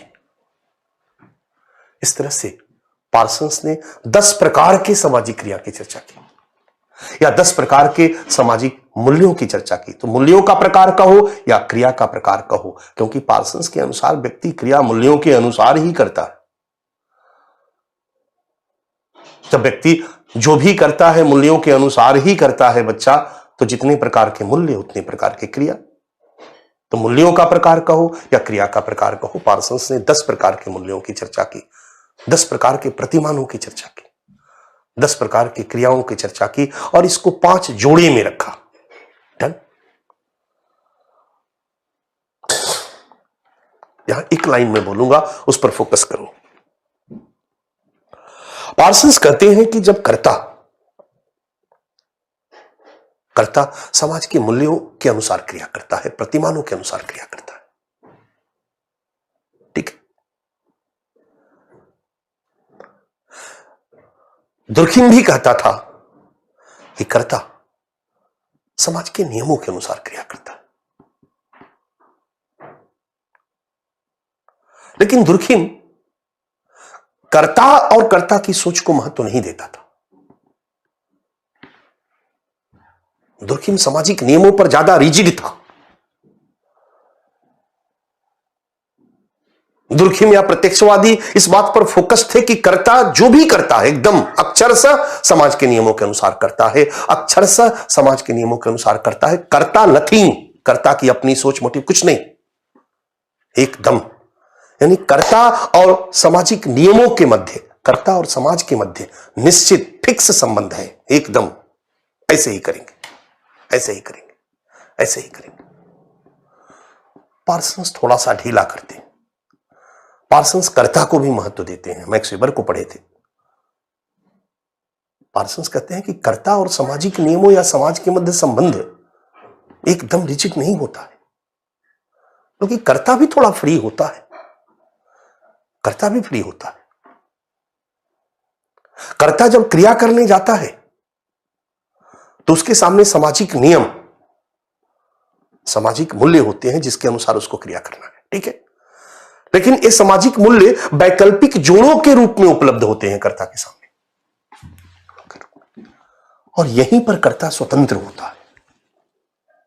यहीं पर कर्ता स्वतंत्र होता है। यहीं पर कर्ता सामाजिक मूल्यों के इन जोड़ों में से चुनाव करने के लिए स्वतंत्र होता है कि वो इस नियम मूल्य के अनुसार व्यवहार करे या इस नियम मूल्य के अनुसार व्यवहार करे। फ्रीली वो इन मूल्यों या नियमों में से किसी एक का चुनाव करता है और उसके अनुसार व्यवहार करता है। यानी कर्ता क्रिया करते समय अपने समक्ष विद्यमान मूल्यों प्रतिमानों के जोड़ों में से किसी एक का चुनाव करने के लिए फ्री होता है। किसी एक का चुनाव करके, इन प्रतिमानों में से किसी एक का चुनाव करके अपनी क्रियाओं को संपादित करता है। वो इसका भी कर सकता है, इसका भी कर सकता है। Pattern variable, pattern variable, pattern या मूल्य वेरिएबल, मूल्य या पैटर्न का चुनाव करते समय वैरी करने की गुंजाइश होती है कर्ता के पास। एक को छोड़कर दूसरे का चयन करने, एक को छोड़कर दूसरे के चयन करने की गुंजाइश होती है।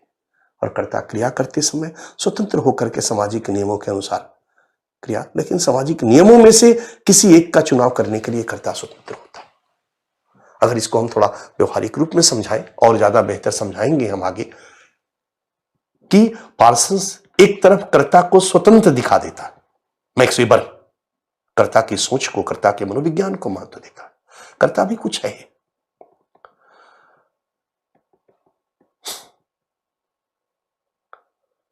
कर्ता कुर्ता पहन सकता है, धोती पहन सकता है, या कर्ता पैंट शर्ट पहन सकता है, स्वतंत्र है। आज मूड किया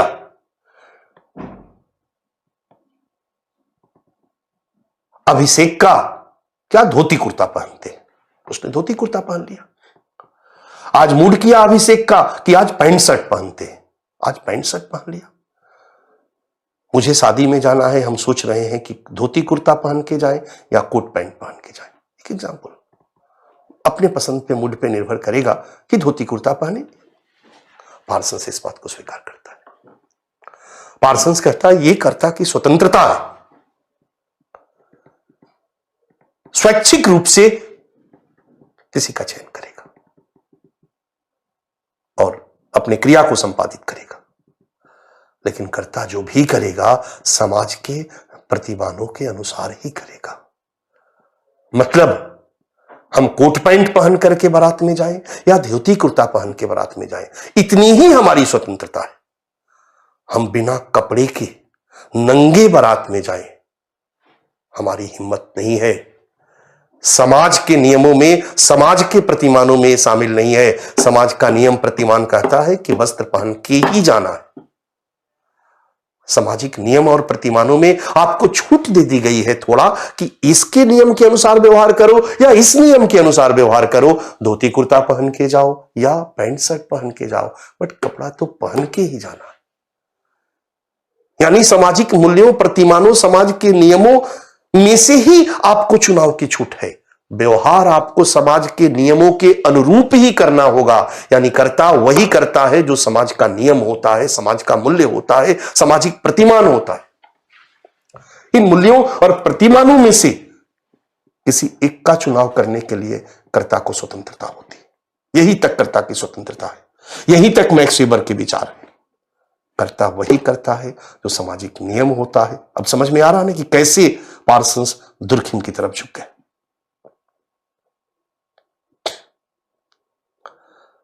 तो उन्हीं सामाजिक मूल्यों और प्रतिमानों को पार्सन्स ने 5 जोड़े में रखा है और पार्सन्स ने बताया है कि भाइयों बहनों, कर्ता क्रिया करते समय कर्ता की क्रिया करते समय सामाजिक नियम प्रतिमान 5 जोड़े में उसके समक्ष विद्यमान होते हैं और क्रिया करते समय कर्ता स्वतंत्र होता है इनमें से किसी एक जोड़े का चयन करके अपनी क्रिया को संपादित करने का। लेकिन कर्ता जब भी क्रिया करेगा इन्हीं सामाजिक नियमों प्रतिमानों के अनुरूप ही क्रिया करेगा, इन्हीं सामाजिक नियमों प्रतिमानों मूल्यों के अनुरूप ही क्रिया करेगा। इनके अगेंस्ट जाकर क्रिया नहीं कर सकता है। कर्ता जो भी करता है नियमों और मूल्यों के अनुरूप ही करता है। फाइनली समाज की तरफ झुक गए, दुर्खिम की तरफ झुक गए, प्रत्यक्षवाद की तरफ झुक गए। इसलिए पार्सन्स के बारे में कहा जाता है कि पार्सन्स भी सामाजिक निर्धारणवाद के शिकार हो गए। यही है पार्सन्स का सामाजिक क्रिया सिद्धांत। अब आप सोच रहे होंगे कि इसको हमने ज्यादा डिटेल में पांचों को नहीं बताया, ये क्या है, तो अगला टॉपिक में बताएंगे। और अगला टॉपिक यही है, जो सामाजिक क्रिया का जो प्रकार है ये 5 जोड़े में, इसी को कहा गया है प्रतिमान परिवर्त्य, पैटर्न वेरिएबल, जो आपका अगला टॉपिक है। तो अगला टॉपिक क्या है? Pattern variable. इसी में हम इसके 10 प्रकारों की 5 जोड़ों में जो प्रस्तुतिकरण है उसका गहन एनालिसिस करेंगे। आउटलाइन एक आपको मिल चुका है कि ये क्या चीज है, ये किस चिड़िया का नाम है। तो सामाजिक मूल्यों या प्रतिमानों का प्रकार या सामाजिक क्रिया का प्रकार, यही है। तो पार्सन्स के अनुसार पृष्ठभूमि समझ में आ चुका है। सामाजिक क्रिया का अर्थ पार्सन्स के अनुसार, उद्देश्य, अर्थ, सामाजिक क्रिया के प्रकार या प्रतिमान के प्रकार या प्रतिमान चर, यही है, यही है विचार। आलोचना, प्रतिमान चर, अब जस्ट इसी पे आ रहे हैं आगे। आलोचना बड़ा क्लियर है। समाज पर बल और व्यक्ति की उपेक्षा, समाज पर बल और व्यक्ति की उपेक्षा। दूसरा है मूल्यों एवं मानदंडों को अधिक महत्व, सामाजिक मूल्यों, मानदंडों, प्रतिमानों को अधिक महत्व और भौतिक पक्षों की उपेक्षा।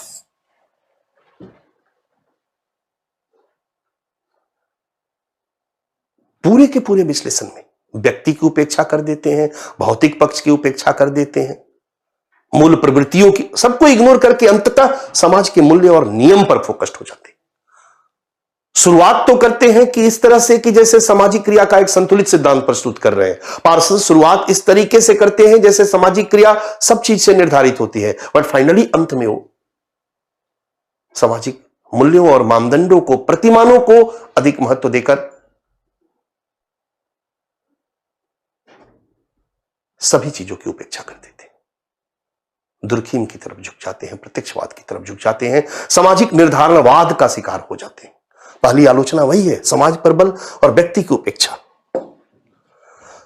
सामाजिक क्रिया का तीसरी आलोचना, सामाजिक क्रिया का जो टाइप है इनका बड़ा जटिल है। ऐसे भी तुमको देख के लग रहा नहीं, 10 प्रकार, 5 जोड़े में रखना, इतना टेढ़ा टेढ़ा नाम, ऐसे भी देख के लगा। वेबर वाला कितना आसान था, तार्किक क्रिया, परंपरागत क्रिया और भावात्मक क्रिया। परेटो का वर्गीकरण है तार्किक क्रिया और अतार्किक क्रिया, बड़ा सीधा सीधा है। पार्सन्स का कितना जटिल है, ध्यान देना। पार्सन्स के सिद्धांत की, पार्सन्स के पूरे विचारों की एक आलोचना की जाती है कि बड़ा जटिल प्रस्तुतिकरण है इनका। इसलिए अगर आपको समझने में थोड़ी कठिनाई हो रही है तो दोष मेरा नहीं है।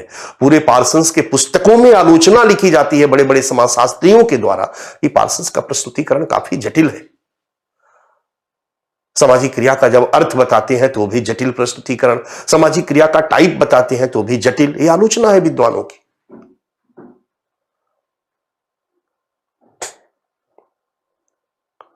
सामाजिक क्रिया का प्रकार जटिल है। चौथा, आलोचक कहते हैं कि पार्सन्स के सिद्धांत में अनुभविकता का अभाव है। ये सारी बातें वो बस घर बैठे बैठे आर्मचेयर पर लिखते हैं, ये आर्मचेयर थिंकर है। ये उद्विकासवादियों पर आरोप लगाया जाता है कि आर्मचेयर थिंकर है, बैठे बैठे लिखते हैं, फील्ड में नहीं जाते हैं, अनुभविक अध्ययन नहीं करते हैं, आंकड़ों पर आधारित इनका अध्ययन नहीं है। पार्सन्स ने बस समाज, व्यक्ति की क्रिया, समाज की बनावट पर बैठे बैठे अपना विश्लेषण दिया। उनका यह विचार तार्किक रूप से निर्मित विचार है। तो अनुभाविकता का अभाव है। समाजशास्त्र एक विज्ञान है, समाज के बारे में हम इसमें जो भी कहते हैं अनुभविक रूप से संकलित किए गए तथ्यों के आधार पर कहते हैं। पार्सन्स के सिद्धांत में अनुभाविकता का अभाव है, इसलिए इसको वैज्ञानिक सिद्धांत की कैटेगरी में नहीं रखा जाता है। और एक पांचवी आलोचना की जाती है कि नवीनता का अभाव है। इन्होंने इसमें कुछ नया नहीं किया है।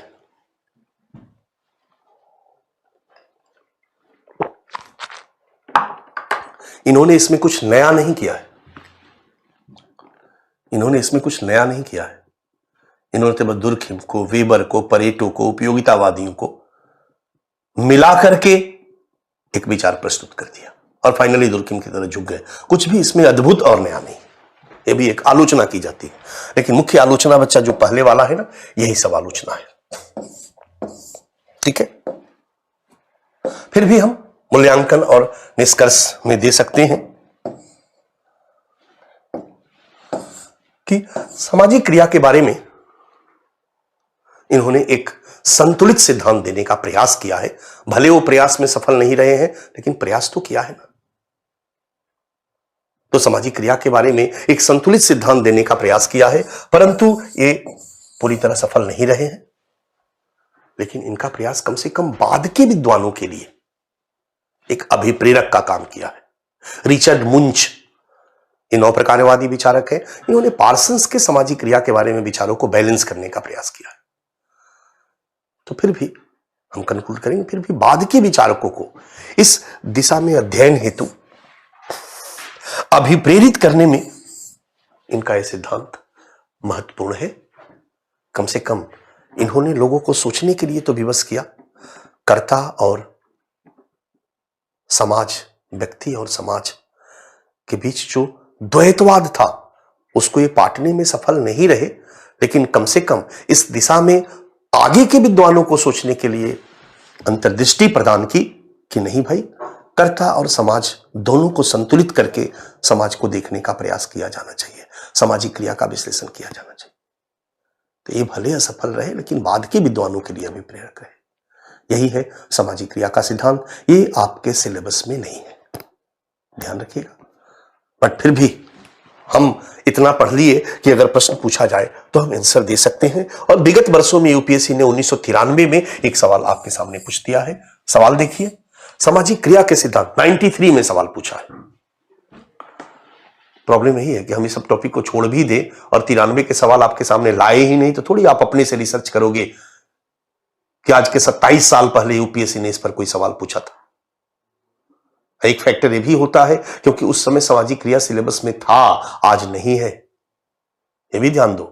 आज है पार्सन्स, सामाजिक व्यवस्था और पैटर्न वेरिएबल।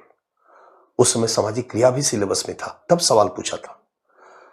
बट हमारा उत्तर है कि आज नहीं है तो नहीं पूछेगा, इसकी गारंटी नहीं है।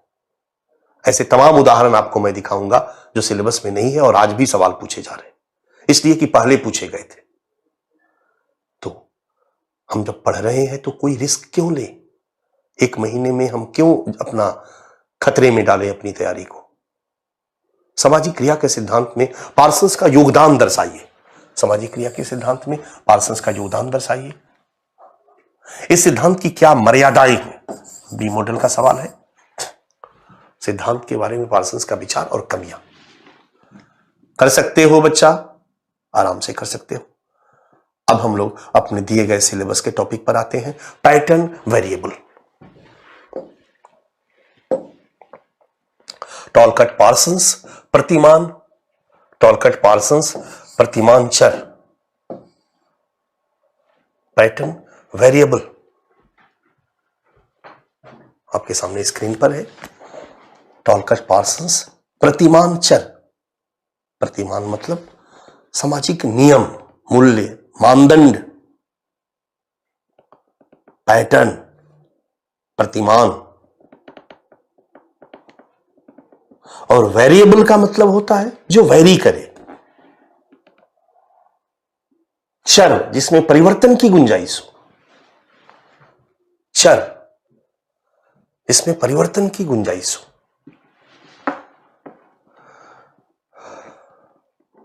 प्रतिमान चर, पैटर्न वेरिएबल वेरिएबल का कई जगहों पर ट्रांसलेशन हिंदी में अलग अलग दिया रहता है, यूपीएससी में भी अलग दिया रहता है, कई जगहों पर परिवर्त एक आपका ट्रांसलेशन बनता है, परिवर्त,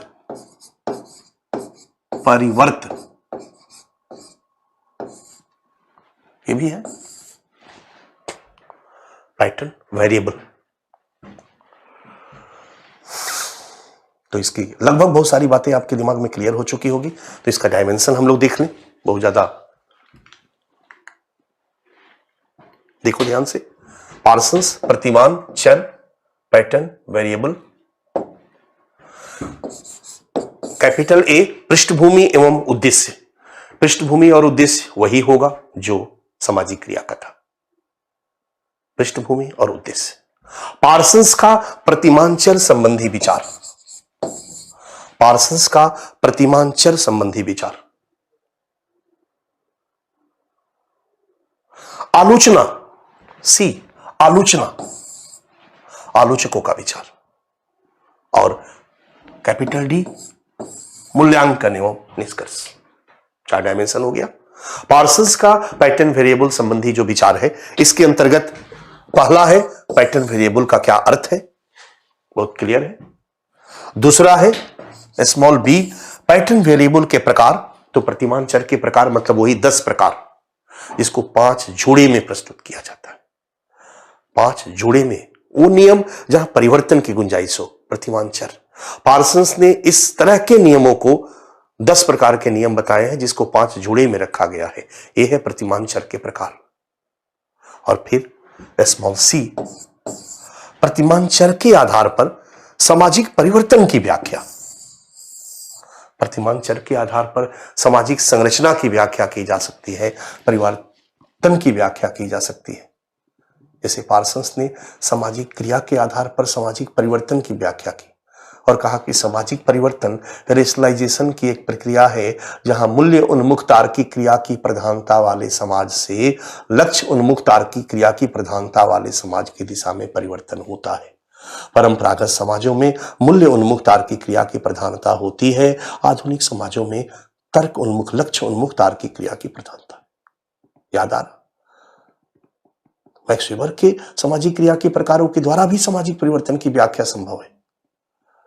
मूल्यों में परिवर्तन के आधार पर सामाजिक परिवर्तन की व्याख्या संभव है। सामाजिक परिवर्तन परंपरा के मूल्यों के आधारित समाज से आधुनिकता के मूल्यों पर आधारित समाज की ओर परिवर्तित होता है। पार्सन्स ने जिस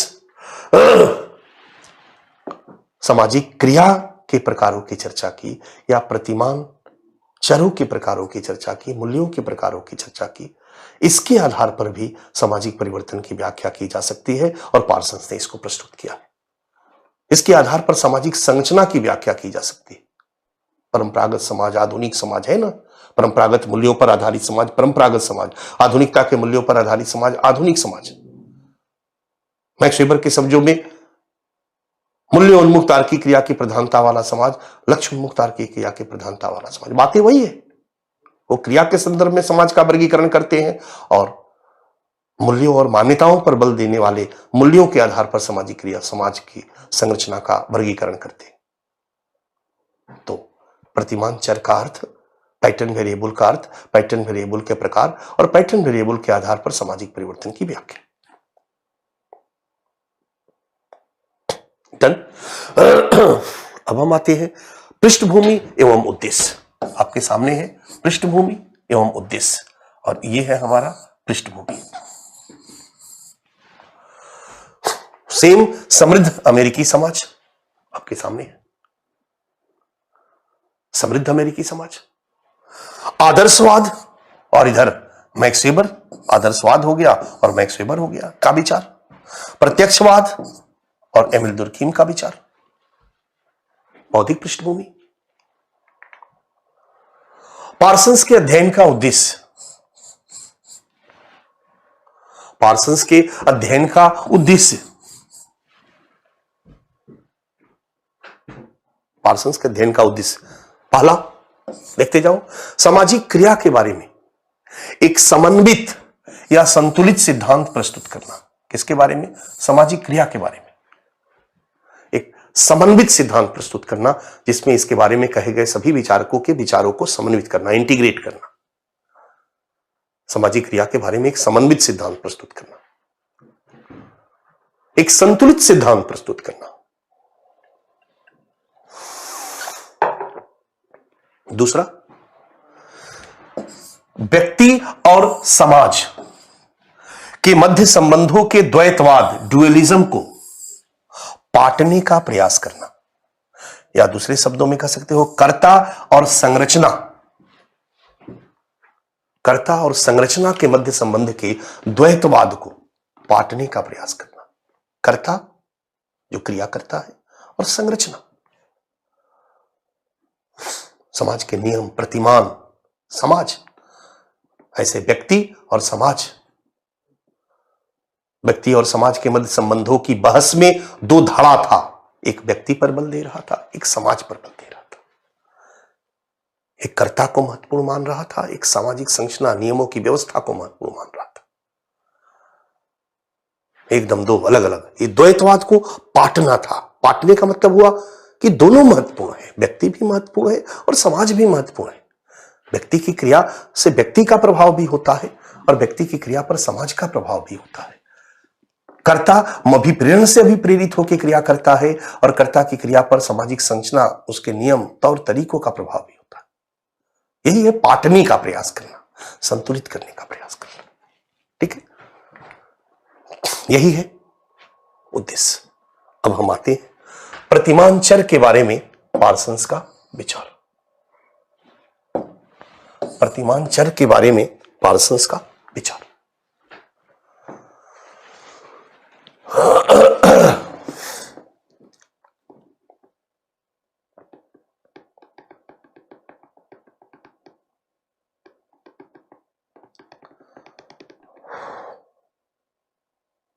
प्रतिमांचर के बारे में पार्सन्स का विचार।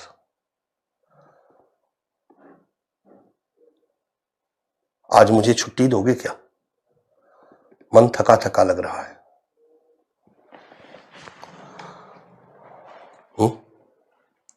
मैं सोचा था कि आज इसको फिनिश कर दूंगा।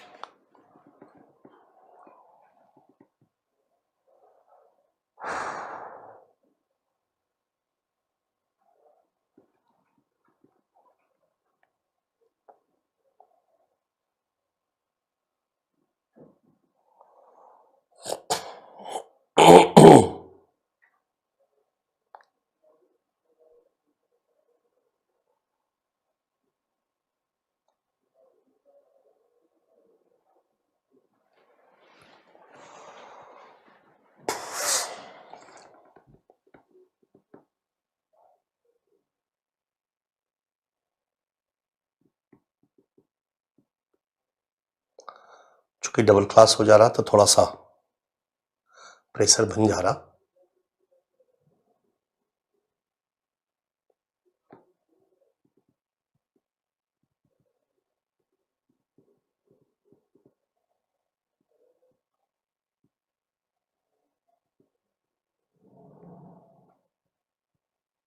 या बने रहो, कोशिश करता हूं।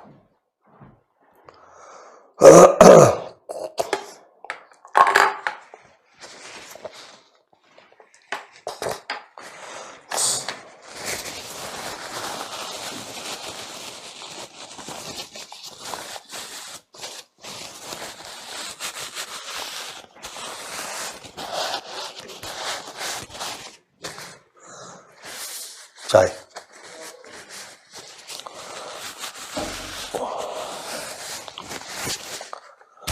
थोड़ा चाय पी के मन को फ्रेश करता हूं, तो एक बार और ताकत लगाता हूं। ठीक है, प्रतिमांचर का अर्थ। प्रतिमांचर के बारे में जब हम पार्सन्स के विचारों को देखते हैं, ठीक है, प्रतिमांचर का अर्थ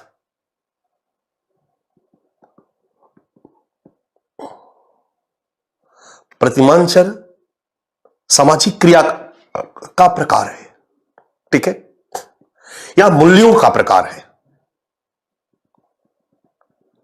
प्रतिमांचर सामाजिक क्रिया का प्रकार है या मूल्यों का प्रकार है? Type of social action. अभी हमने बताया ना, सामाजिक क्रिया का प्रकार कहो या मूल्यों का प्रकार कहो।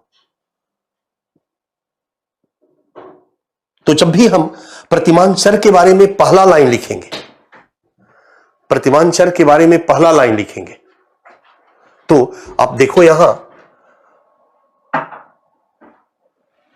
आपका ये पहला है प्रतिमांचर का अर्थ। प्रतिमांचर सामाजिक क्रिया का प्रकार या मूल्यों का प्रकार है। ये पहले भी हम बता चुके हैं। सामाजिक क्रिया का प्रकार है या मूल्यों का प्रकार है।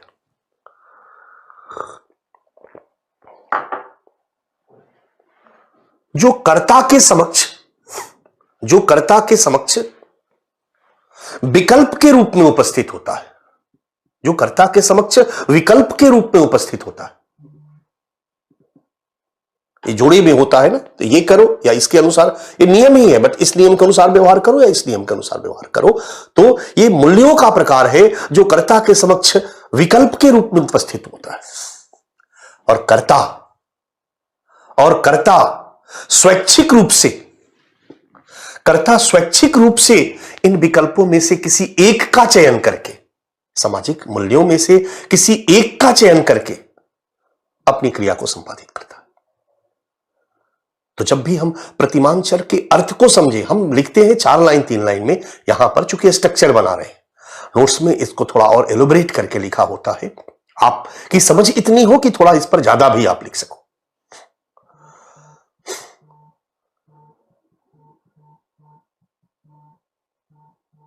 पार्सन्स का जो पैटर्न वेरिएबल और कुछ नहीं है, सामाजिक मूल्यों प्रतिमानों का प्रकार है, जो कर्ता के समक्ष विकल्प के रूप में उपस्थित होता है। और कर्ता स्वैच्छिक रूप से इनका चयन करके अपनी क्रिया को संपादित करता है। ये सामाजिक मूल्यों प्रतिमानों का प्रकार है। कर्ता जब क्रिया करते समय जाता है, अब इसको थोड़ा मैं और स्पष्ट करता हूं। पार्सन्स कहते हैं कि कर्ता जब क्रिया करते समय जाता है, कर्ता जब क्रिया करने के लिए जाता है, तो कर्ता और समाज के मध्य संबंध बिल्कुल फिक्स नहीं होता है। कर्ता और समाज के नियमों के मध्य संबंध, नियम मूल्य प्रतिमान बिल्कुल फिक्स नहीं होता है, 100% पूर्व निर्धारित नहीं होता है। तुर्कीम कहते थे ना, एकदम पूर्व निर्धारित, अपरिवर्तनीय, नेचुरल फिनोमेना की तरह एकदम फिक्स नहीं होता है कि हमारी ये क्रिया के लिए ये मूल्य फिक्स है, ये क्रिया के लिए ये मूल्य फिक्स है। नहीं, कुछ ऑप्शन भी होते हैं,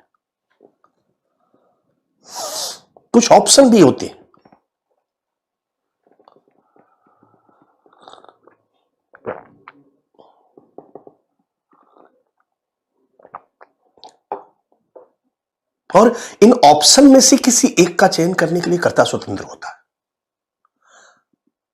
कर्ता स्वैच्छिक रूप से इन दिए हुए मूल्यों के प्रतिमानों के वैकल्पिक जोड़े में से, पैटर्न वेरिएबल, इन जोड़े में से किसी एक का चयन करता है, अपनी क्रिया को संपादित करता है। किसी एक का चयन करता है और अपनी क्रिया को संपादित करता है।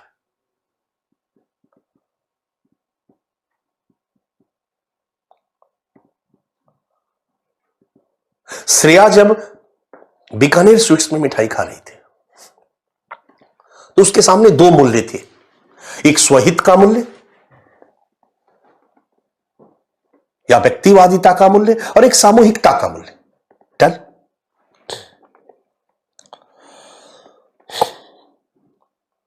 श्रेया स्वतंत्र है।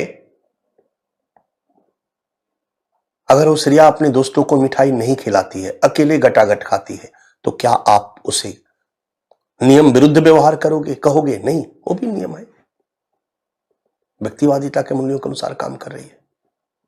अगर अपने दोस्तों को खिलाएगी तो भी उसकी मर्जी। यहां पर उसकी मर्जी महत्वपूर्ण है।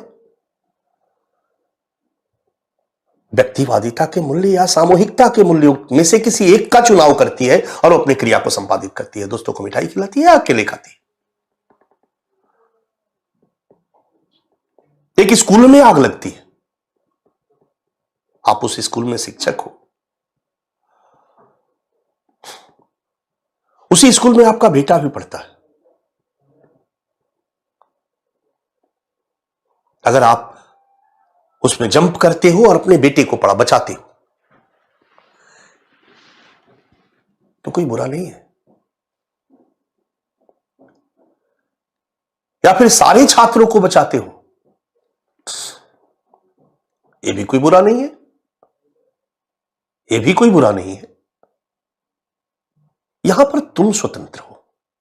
दोनों समाज के नियमों के अनुरूप ही है। कोई नियम विरुद्ध व्यवहार नहीं है। हर बाप को अपने पुत्र की रक्षा करनी चाहिए, यह भी नियम है। और व्यक्ति को सबका भला सोचना चाहिए, यह भी नियम है।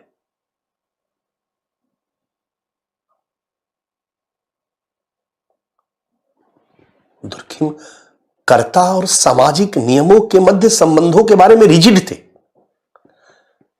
कि कर्ता समाज के नियमों के अनुसार ही व्यवहार करता है। पार्सन्स कहते हैं कि कर्ता और समाज के मध्य संबंध एकदम निश्चित, फिक्स, रिजिड नहीं होते, बल्कि सामाजिक नियमों और मूल्यों के रूप में कर्ता के समक्ष विकल्प के रूप में विद्यमान होता है। और इन विकल्पों में से किसी एक विकल्प का चयन करने के लिए कर्ता स्वतंत्र होता है और स्वतंत्रता पूर्वक सामाजिक मूल्यों, प्रतिमानों, नियमों के इन दिए हुए विकल्पों में से किसी का एक चयन करके अपनी क्रियाओं को संपादित करता है। लेकिन ध्यान देना, कर्ता क्रिया करता है तो नियमों के अनुसार ही क्रिया करता है, प्रतिमानों के अनुरूप ही क्रिया करता है, मूल्यों के अनुसार ही क्रिया करता है। चाहे ये नियम, चाहे ये नियम, चाहे ये मूल्य, चाहे ये मूल्य।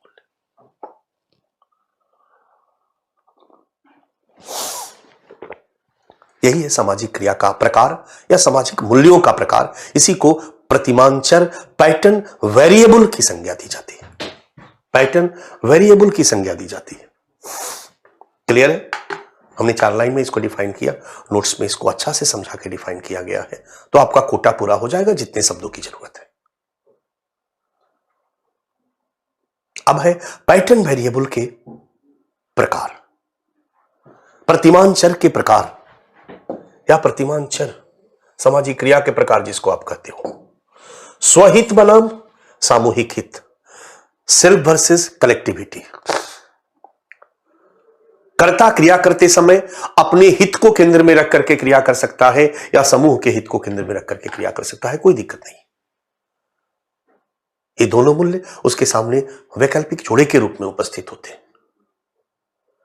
कर्ता क्रिया करते समय सार्वभौमिक मूल्यों के अनुरूप क्रिया कर सकता है।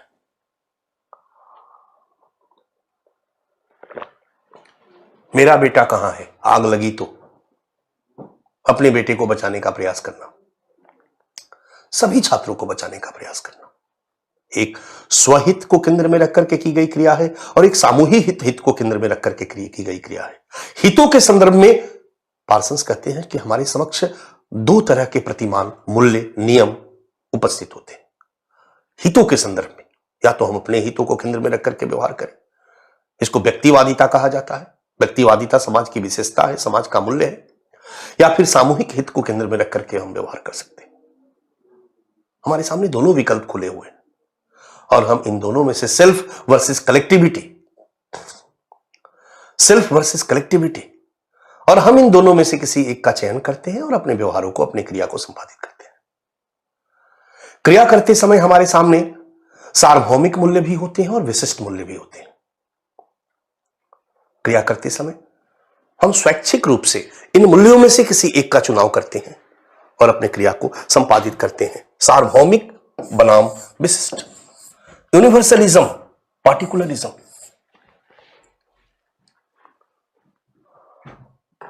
एक जज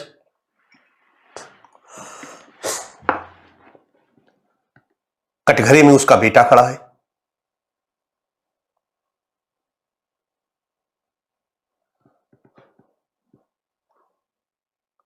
विशिष्ट मूल्यों के संदर्भ में देखें तो एक पिता का धर्म है कि अपने पुत्र की रक्षा करे।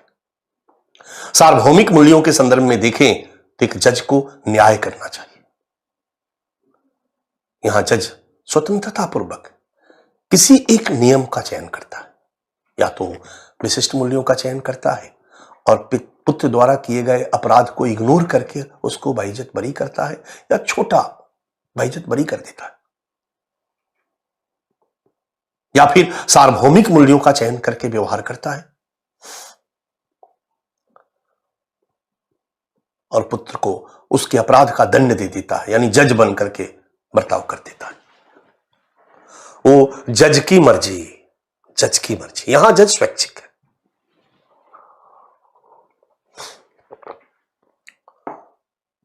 अभिषेक कुमार शिक्षक हैं स्कूल में, एग्जामिनेशन के समय में चेकिंग कर रहे हैं। इनका छोटा भाई एग्जाम दे रहा है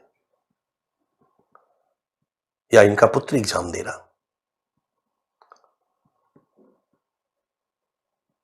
ये देखते हैं कि इनका पुत्र चीटिंग कर रहा है। अब इनके सामने क्रिया करने के लिए सामाजिक मूल्यों, नियमों, प्रतिमानों के दो रूप, दो तरीका वैकल्पिक जोड़े के रूप में विद्यमान है। एक क्रिया करते समय सार्वभौमिक मूल्यों को केंद्र में रख करके क्रिया कर सकते हैं। गए और अपने बेटे को एग्जाम से बाहर कर दिया, कॉपी छीन लिया चोरी करते हुए, क्योंकि एक टीचर का ये कर्तव्य है, ये मूल्य है, ये नियम है, प्रतिमान है, व्यवहार का तरीका है। और अगर पिता बन करके बर्ताव किए तो इग्नोर करके साइड से निकल गए।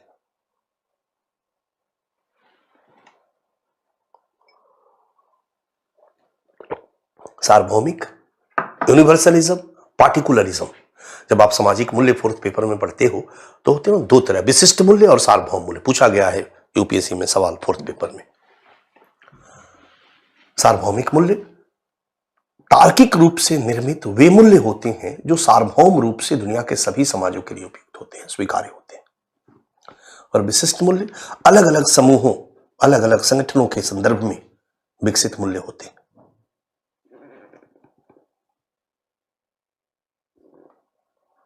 इसलिए सार्वभौमिक मूल्य निरपेक्ष होते हैं और विशिष्ट मूल्य सापेक्ष होते हैं।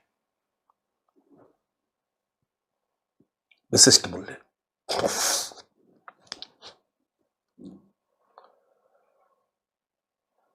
एक पक्षीय बनाम बहुपक्षीय, स्पेसिफिसिटी और डिफ्यूजनिस्ट। क्रिया करते समय कर्ता के समक्ष, जब कर्ता क्रिया करने के लिए जाता है तो कर्ता के समक्ष ऑब्जेक्ट में, ऑब्जेक्ट मतलब जिसके संदर्भ में वो क्रिया कर रहा, श्रेया के लिए मिठाई ऑब्जेक्ट था, सामने वाला व्यक्ति हमारे लिए, आप लोग हमारे लिए ऑब्जेक्ट हो आपके संदर्भ में क्रिया करते समय। रुचि के संदर्भ में दो तरह के क्रिया के तरीके, प्रतिमान उपस्थित होता है। रुचि के विस्तार के संदर्भ में कर्ता, क्रिया करने वाला, ऑब्जेक्ट के समग्र में रुचि लेकर के क्रिया कर सकता है, सभी पक्षों में रुचि लेकर के क्रिया कर सकता है, या केवल एक पक्ष में रुचि लेकर के क्रिया कर सकता है। केवल एक पक्ष में रुचि लेकर के क्रिया कर सकता है। हम आपके साथ क्रिया कर रहे हैं, आप लोग हमारी क्लास में, मान लो ऑफलाइन क्लास में पढ़ रहे हो, आपके समक्ष संदर्भ में हम क्रिया कर रहे हैं, तो सोचो हम आपके एक पक्ष में रुचि लेकर के भी क्रिया कर सकते हैं। आए, पढ़ाए, गए, आए, पढ़ाए, गए। या हमारा मन हुआ अभिषेक और कैसे हो, घर में कितने लोग हैं, कभी बैठ के अभिषेक से बातचीत किया, उनके परिवार के बारे में, कितने भाई हो, कितनी बहन हो, पापा क्या करते हैं, क्या बिजनेस है तुम्हारा, कहां से खर्चा, सभी पक्षों में रुचि लेकर के क्रिया किया। ये हमारी मर्जी, यहां हम स्वतंत्र हैं। हमारे सामने हमारी रुचि के आधार पर, ऑब्जेक्ट में हमारी रुचि के आधार पर क्रिया करने के दो तरीके हमारे सामने वैकल्पिक जोड़े के रूप में विद्यमान है, विकल्प के रूप में विद्यमान है। मेरी मर्जी, कि हम अभिषेक के समग्र में रुचि लेकर बहुपक्षीय, एक पक्षीय, डिफ्यूजनिस्ट, स्पेसिफिसिटी, एक पक्ष में केवल रुचि लेकर के पढ़ने आए हो, कितना पढ़ते हो उसी में हमारा इंटरेस्ट है। तुम्हारे भाई बहन कितने हैं, तुम्हारी आर्थिक स्थिति कितनी है, तुम्हारे माँ बाप की स्थिति क्या है, टेस्ट टेस्ट टेस्ट, उसमें हमारी कोई रुचि नहीं है, बस हमारी एक पक्ष में रुचि है। जब दुकानदार से सामान खरीदने जाते हो तो दुकानदार तुम्हारे सभी पक्षों में रुचि नहीं लेता है, केवल एक पक्ष में रुचि लेता है। डॉक्टर के पास जब पेशेंट जाता है तो डॉक्टर उसके सारे पक्ष में रुचि नहीं लेता है, केवल उसके रोग के पक्ष में रुचि लेता है। वकील मुवक्किल के केस के पक्ष में रुचि लेता है। लेकिन एक मां अपने बेटे के सभी पक्षों में रुचि लेकर व्यवहार करती है। एक पत्नी अपने पति के सभी पक्षों में रुचि लेकर व्यवहार करती है। एक पति अपने पत्नी के सभी पक्षों में रुचि लेकर व्यवहार करता है। समझ में आ रहा? ये कर्ता पर निर्भर करता है। रुचि के संदर्भ में कर्ता के सामने ये दोनों विकल्प में हमारी मर्जी की हम आशुतोष के सभी पक्षों में रुचि लेकर के व्यवहार करें, अभिषेक के साथ पढ़ाने का काम करें, या फिर केवल उनके पढ़ाई वाले पक्ष में रुचि लेकर के, बाकी से हमको क्या लेना देना। पार्सन्स कहते हैं कि कर्ता द्वारा क्रिया करते समय रुचि के संदर्भ में व्यवहार के प्रतिमानों के दो विकल्प होते हैं, एक पक्षीय और बहुपक्षीय। और यहां भी कर्ता स्वैच्छिक रूप से इनमें से किसी एक का चयन करके और बर्ताव करता है। इसमें से कोई सब में रुचि भी ले लेता है, वो डिपेंड करता है कर्ता के ऊपर, वो मेरे ऊपर डिपेंड करता है। हम अभिषेक के सभी पक्षों में रुचि ले, कई बार हम करते क्या है कि पूरे क्लास में कुछ लड़कों के कुछ और पक्षों में भी ले लेते हैं, नहीं तो बिल्कुल पढ़ाई में रुचि लेकर के बर्ताव करते हैं। अर्जित बनाम प्रदत्त, अर्जित बनाम प्रदत्त। अर्जित बनाम प्रदत्त।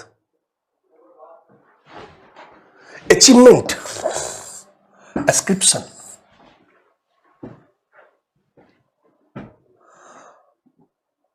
आप में या हमारे में दो तरह के गुण होते हैं, कुछ जिसको आप अचीव करते हो और कुछ जो आपको जन्म से मिलता है।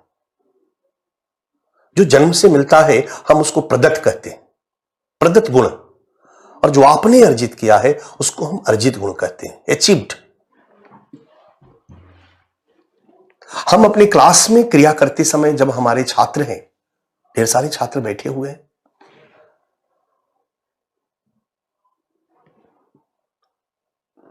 आपकी जो जातिगत विशेषता है वो प्रदत्त है, क्योंकि आप अपनी जाति की सदस्यता अपने प्रयास से हासिल नहीं किए हो, जन्म से ही आप किस जाति के हो इसका निर्धारण हो चुका है। लेकिन आपकी पढ़ाई लिखाई, योग्यता, नौकरी, ये सब अर्जित होता है। मैं ऑफलाइन क्लास में पढ़ा रहा हूं, 100-150 लड़के बैठे हुए हैं। इनमें से कुछ लड़के काफी योग्य हैं, पढ़े लिखने वाले, कुछ लड़के अलग अलग जातियों के। मैं क्रिया करते समय हमारे सामने दो विकल्प हैं। हम जातीय आधार पर लड़कों के साथ अपना निकटता, अपना कृपा दृष्टि, जो भी कहो, प्रदर्शित करें, या उनके अचीवमेंट के आधार पर, उनकी योग्यता के आधार पर करें। 4-5 लड़के, 6 लड़के काफी योग्य हैं तो उस पर मैं ज्यादा ध्यान दे रहा हूं, एक तरीका हो सकता है।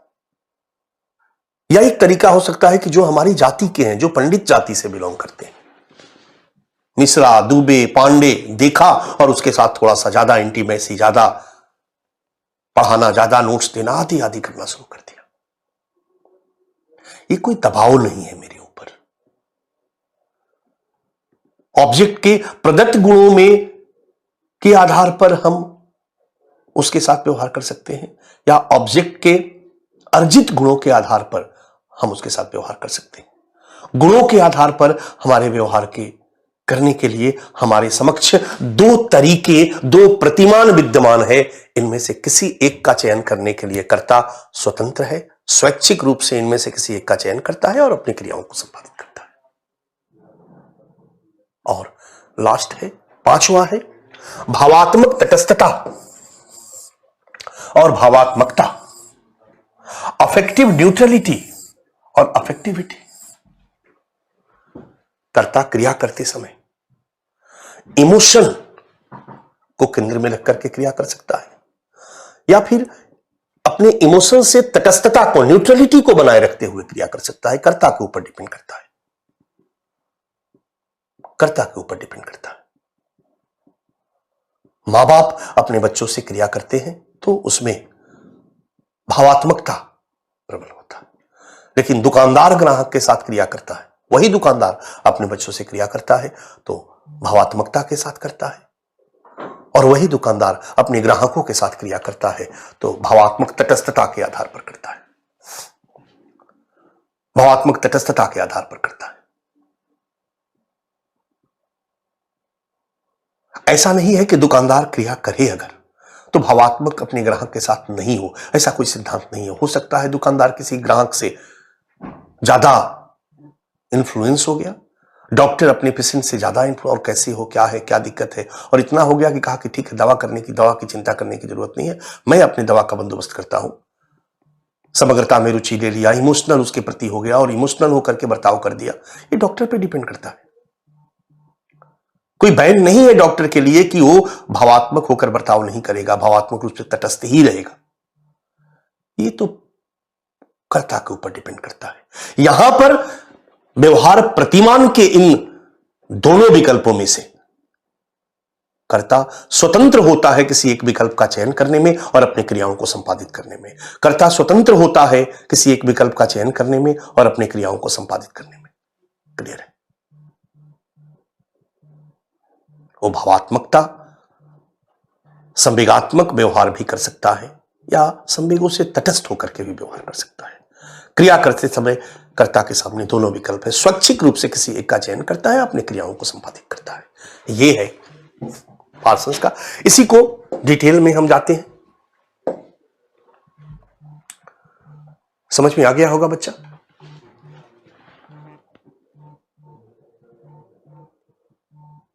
यही है पैटर्न वेरिएबल। पार्सन्स कहते हैं कि कर्ता के सामने व्यवहार के तरीके के, कर्ता के सामने व्यवहार के तरीके के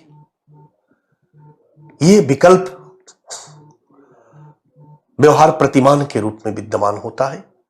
व्यवहार प्रतिमान के 10 तरीके 5 जोड़े में विकल्प के रूप में विद्यमान होता है और व्यवहार प्रतिमान के इन विकल्पों में से किसी एक का चयन करके अपने व्यवहार को संपादित करने, अपने क्रिया को संपादित करने के लिए कर्ता पूरी तरह स्वतंत्र होता है। स्वतंत्रता पूर्वक स्वैच्छिक रूप से वह इन व्यवहार प्रतिमानों में से दिए गए वैकल्पिक नियमों में से, मूल्यों के में से किसी एक मूल्य नियम प्रतिमान का चयन करता है और अपनी क्रिया को संपादित करता है। लेकिन याद रखो, कर्ता जो भी करता है वो मूल्यों, नियमों, प्रतिमानों के अनुसार ही करता है।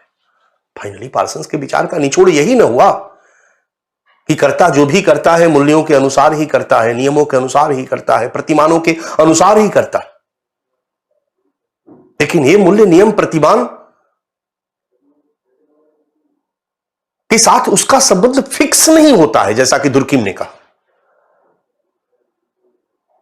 बल्कि ये नियम, मूल्य, प्रतिमान कर्ता के समक्ष वैकल्पिक जोड़े के रूप में उपस्थित होते हैं, जिसमें से किसी एक का चयन करने के लिए कर्ता स्वतंत्र होता है। यह है कर्ता की स्वतंत्रता, यह है पार्सन्स के विचारों पर मैक्स वेबर का प्रभाव, इससे ज्यादा नहीं। लेकिन कर्ता जो भी करता है वो इन्हीं मूल्यों, नियमों, प्रतिमानों में से किसी एक का चयन करके करता है। वो इनका विरोध करके काम नहीं कर सकता है, डेविएट होकर काम नहीं कर सकता है। कर्ता जो भी करता है इन मूल्यों, नियमों, प्रतिमानों के अनुरूप ही व्यवहार करता है। यह है पार्सन्स के इस सिद्धांत पर दुर्कीम का प्रभाव।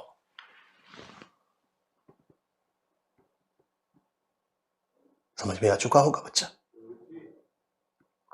पार्सन्स का यही है पैटर्न वेरिएबल के बारे में विचार, पैटर्न वेरिएबल के बारे में विचार। डन? आज हमने हिम्मत थोड़ी जुटा दी तो कोटा हमने पूरा कर दिया। आज के लिए इतना ही काफी है और हम लोग नेक्स्ट में इसकी फाइनल टच देकर के पार्सन्स को विदा कर देंगे। एक मार्क्स और पार्सन्स के बाद समाज के बारे में विचारों पे तुलना भी थोड़ा सा चर्चा कर देंगे। संभावित प्रश्न और सारे प्रश्नों की चर्चा एक क्लास में कर देंगे। आप लोग तैयार रहिएगा, हो सकता है कि मैं कल भी इसको खत्म कर दूं। मंडे से हम लोग एक नया टॉपिक की शुरुआत करेंगे। डन? और नहीं तो अगर, क्योंकि कल एक क्लास मैंने रखा है जो पुराने जो बच्चे पहले से करते आ रहे हैं उनका एक थिंकर छूटा हुआ था, वो कल फाइनल टच है देना है, तो फाइनल टच देंगे और ये क्लास हमारा लगातार चलता रहेगा। तो या तो हम मंडे को मिलेंगे और नहीं तो शेड्यूल पे ध्यान रखिएगा, तो आपको तस्वीर क्लियर हो जाएगी कि कल का क्या शेड्यूल होगा। ठीक है, आप लोगों को मैंने कल एक क्वेश्चन आंसर लिखने के लिए दिया था, मैं उम्मीद करता हूं उसको आप लिख चुके होंगे। तो आप लिख करके, जो नहीं लिखे हो लिख करके भेज दीजिए, और तब फिर थोड़ा आइडिया मिले आपको भी। और आज थोड़ा सा ठीक नहीं है, नहीं तो ABCD कुछ बच्चों की डिमांड है तो मैं मॉडल भी समझा दूंगा। Okay, so thank you very much. आज के लिए मुझे अनुमति दे दीजिए। Thank you.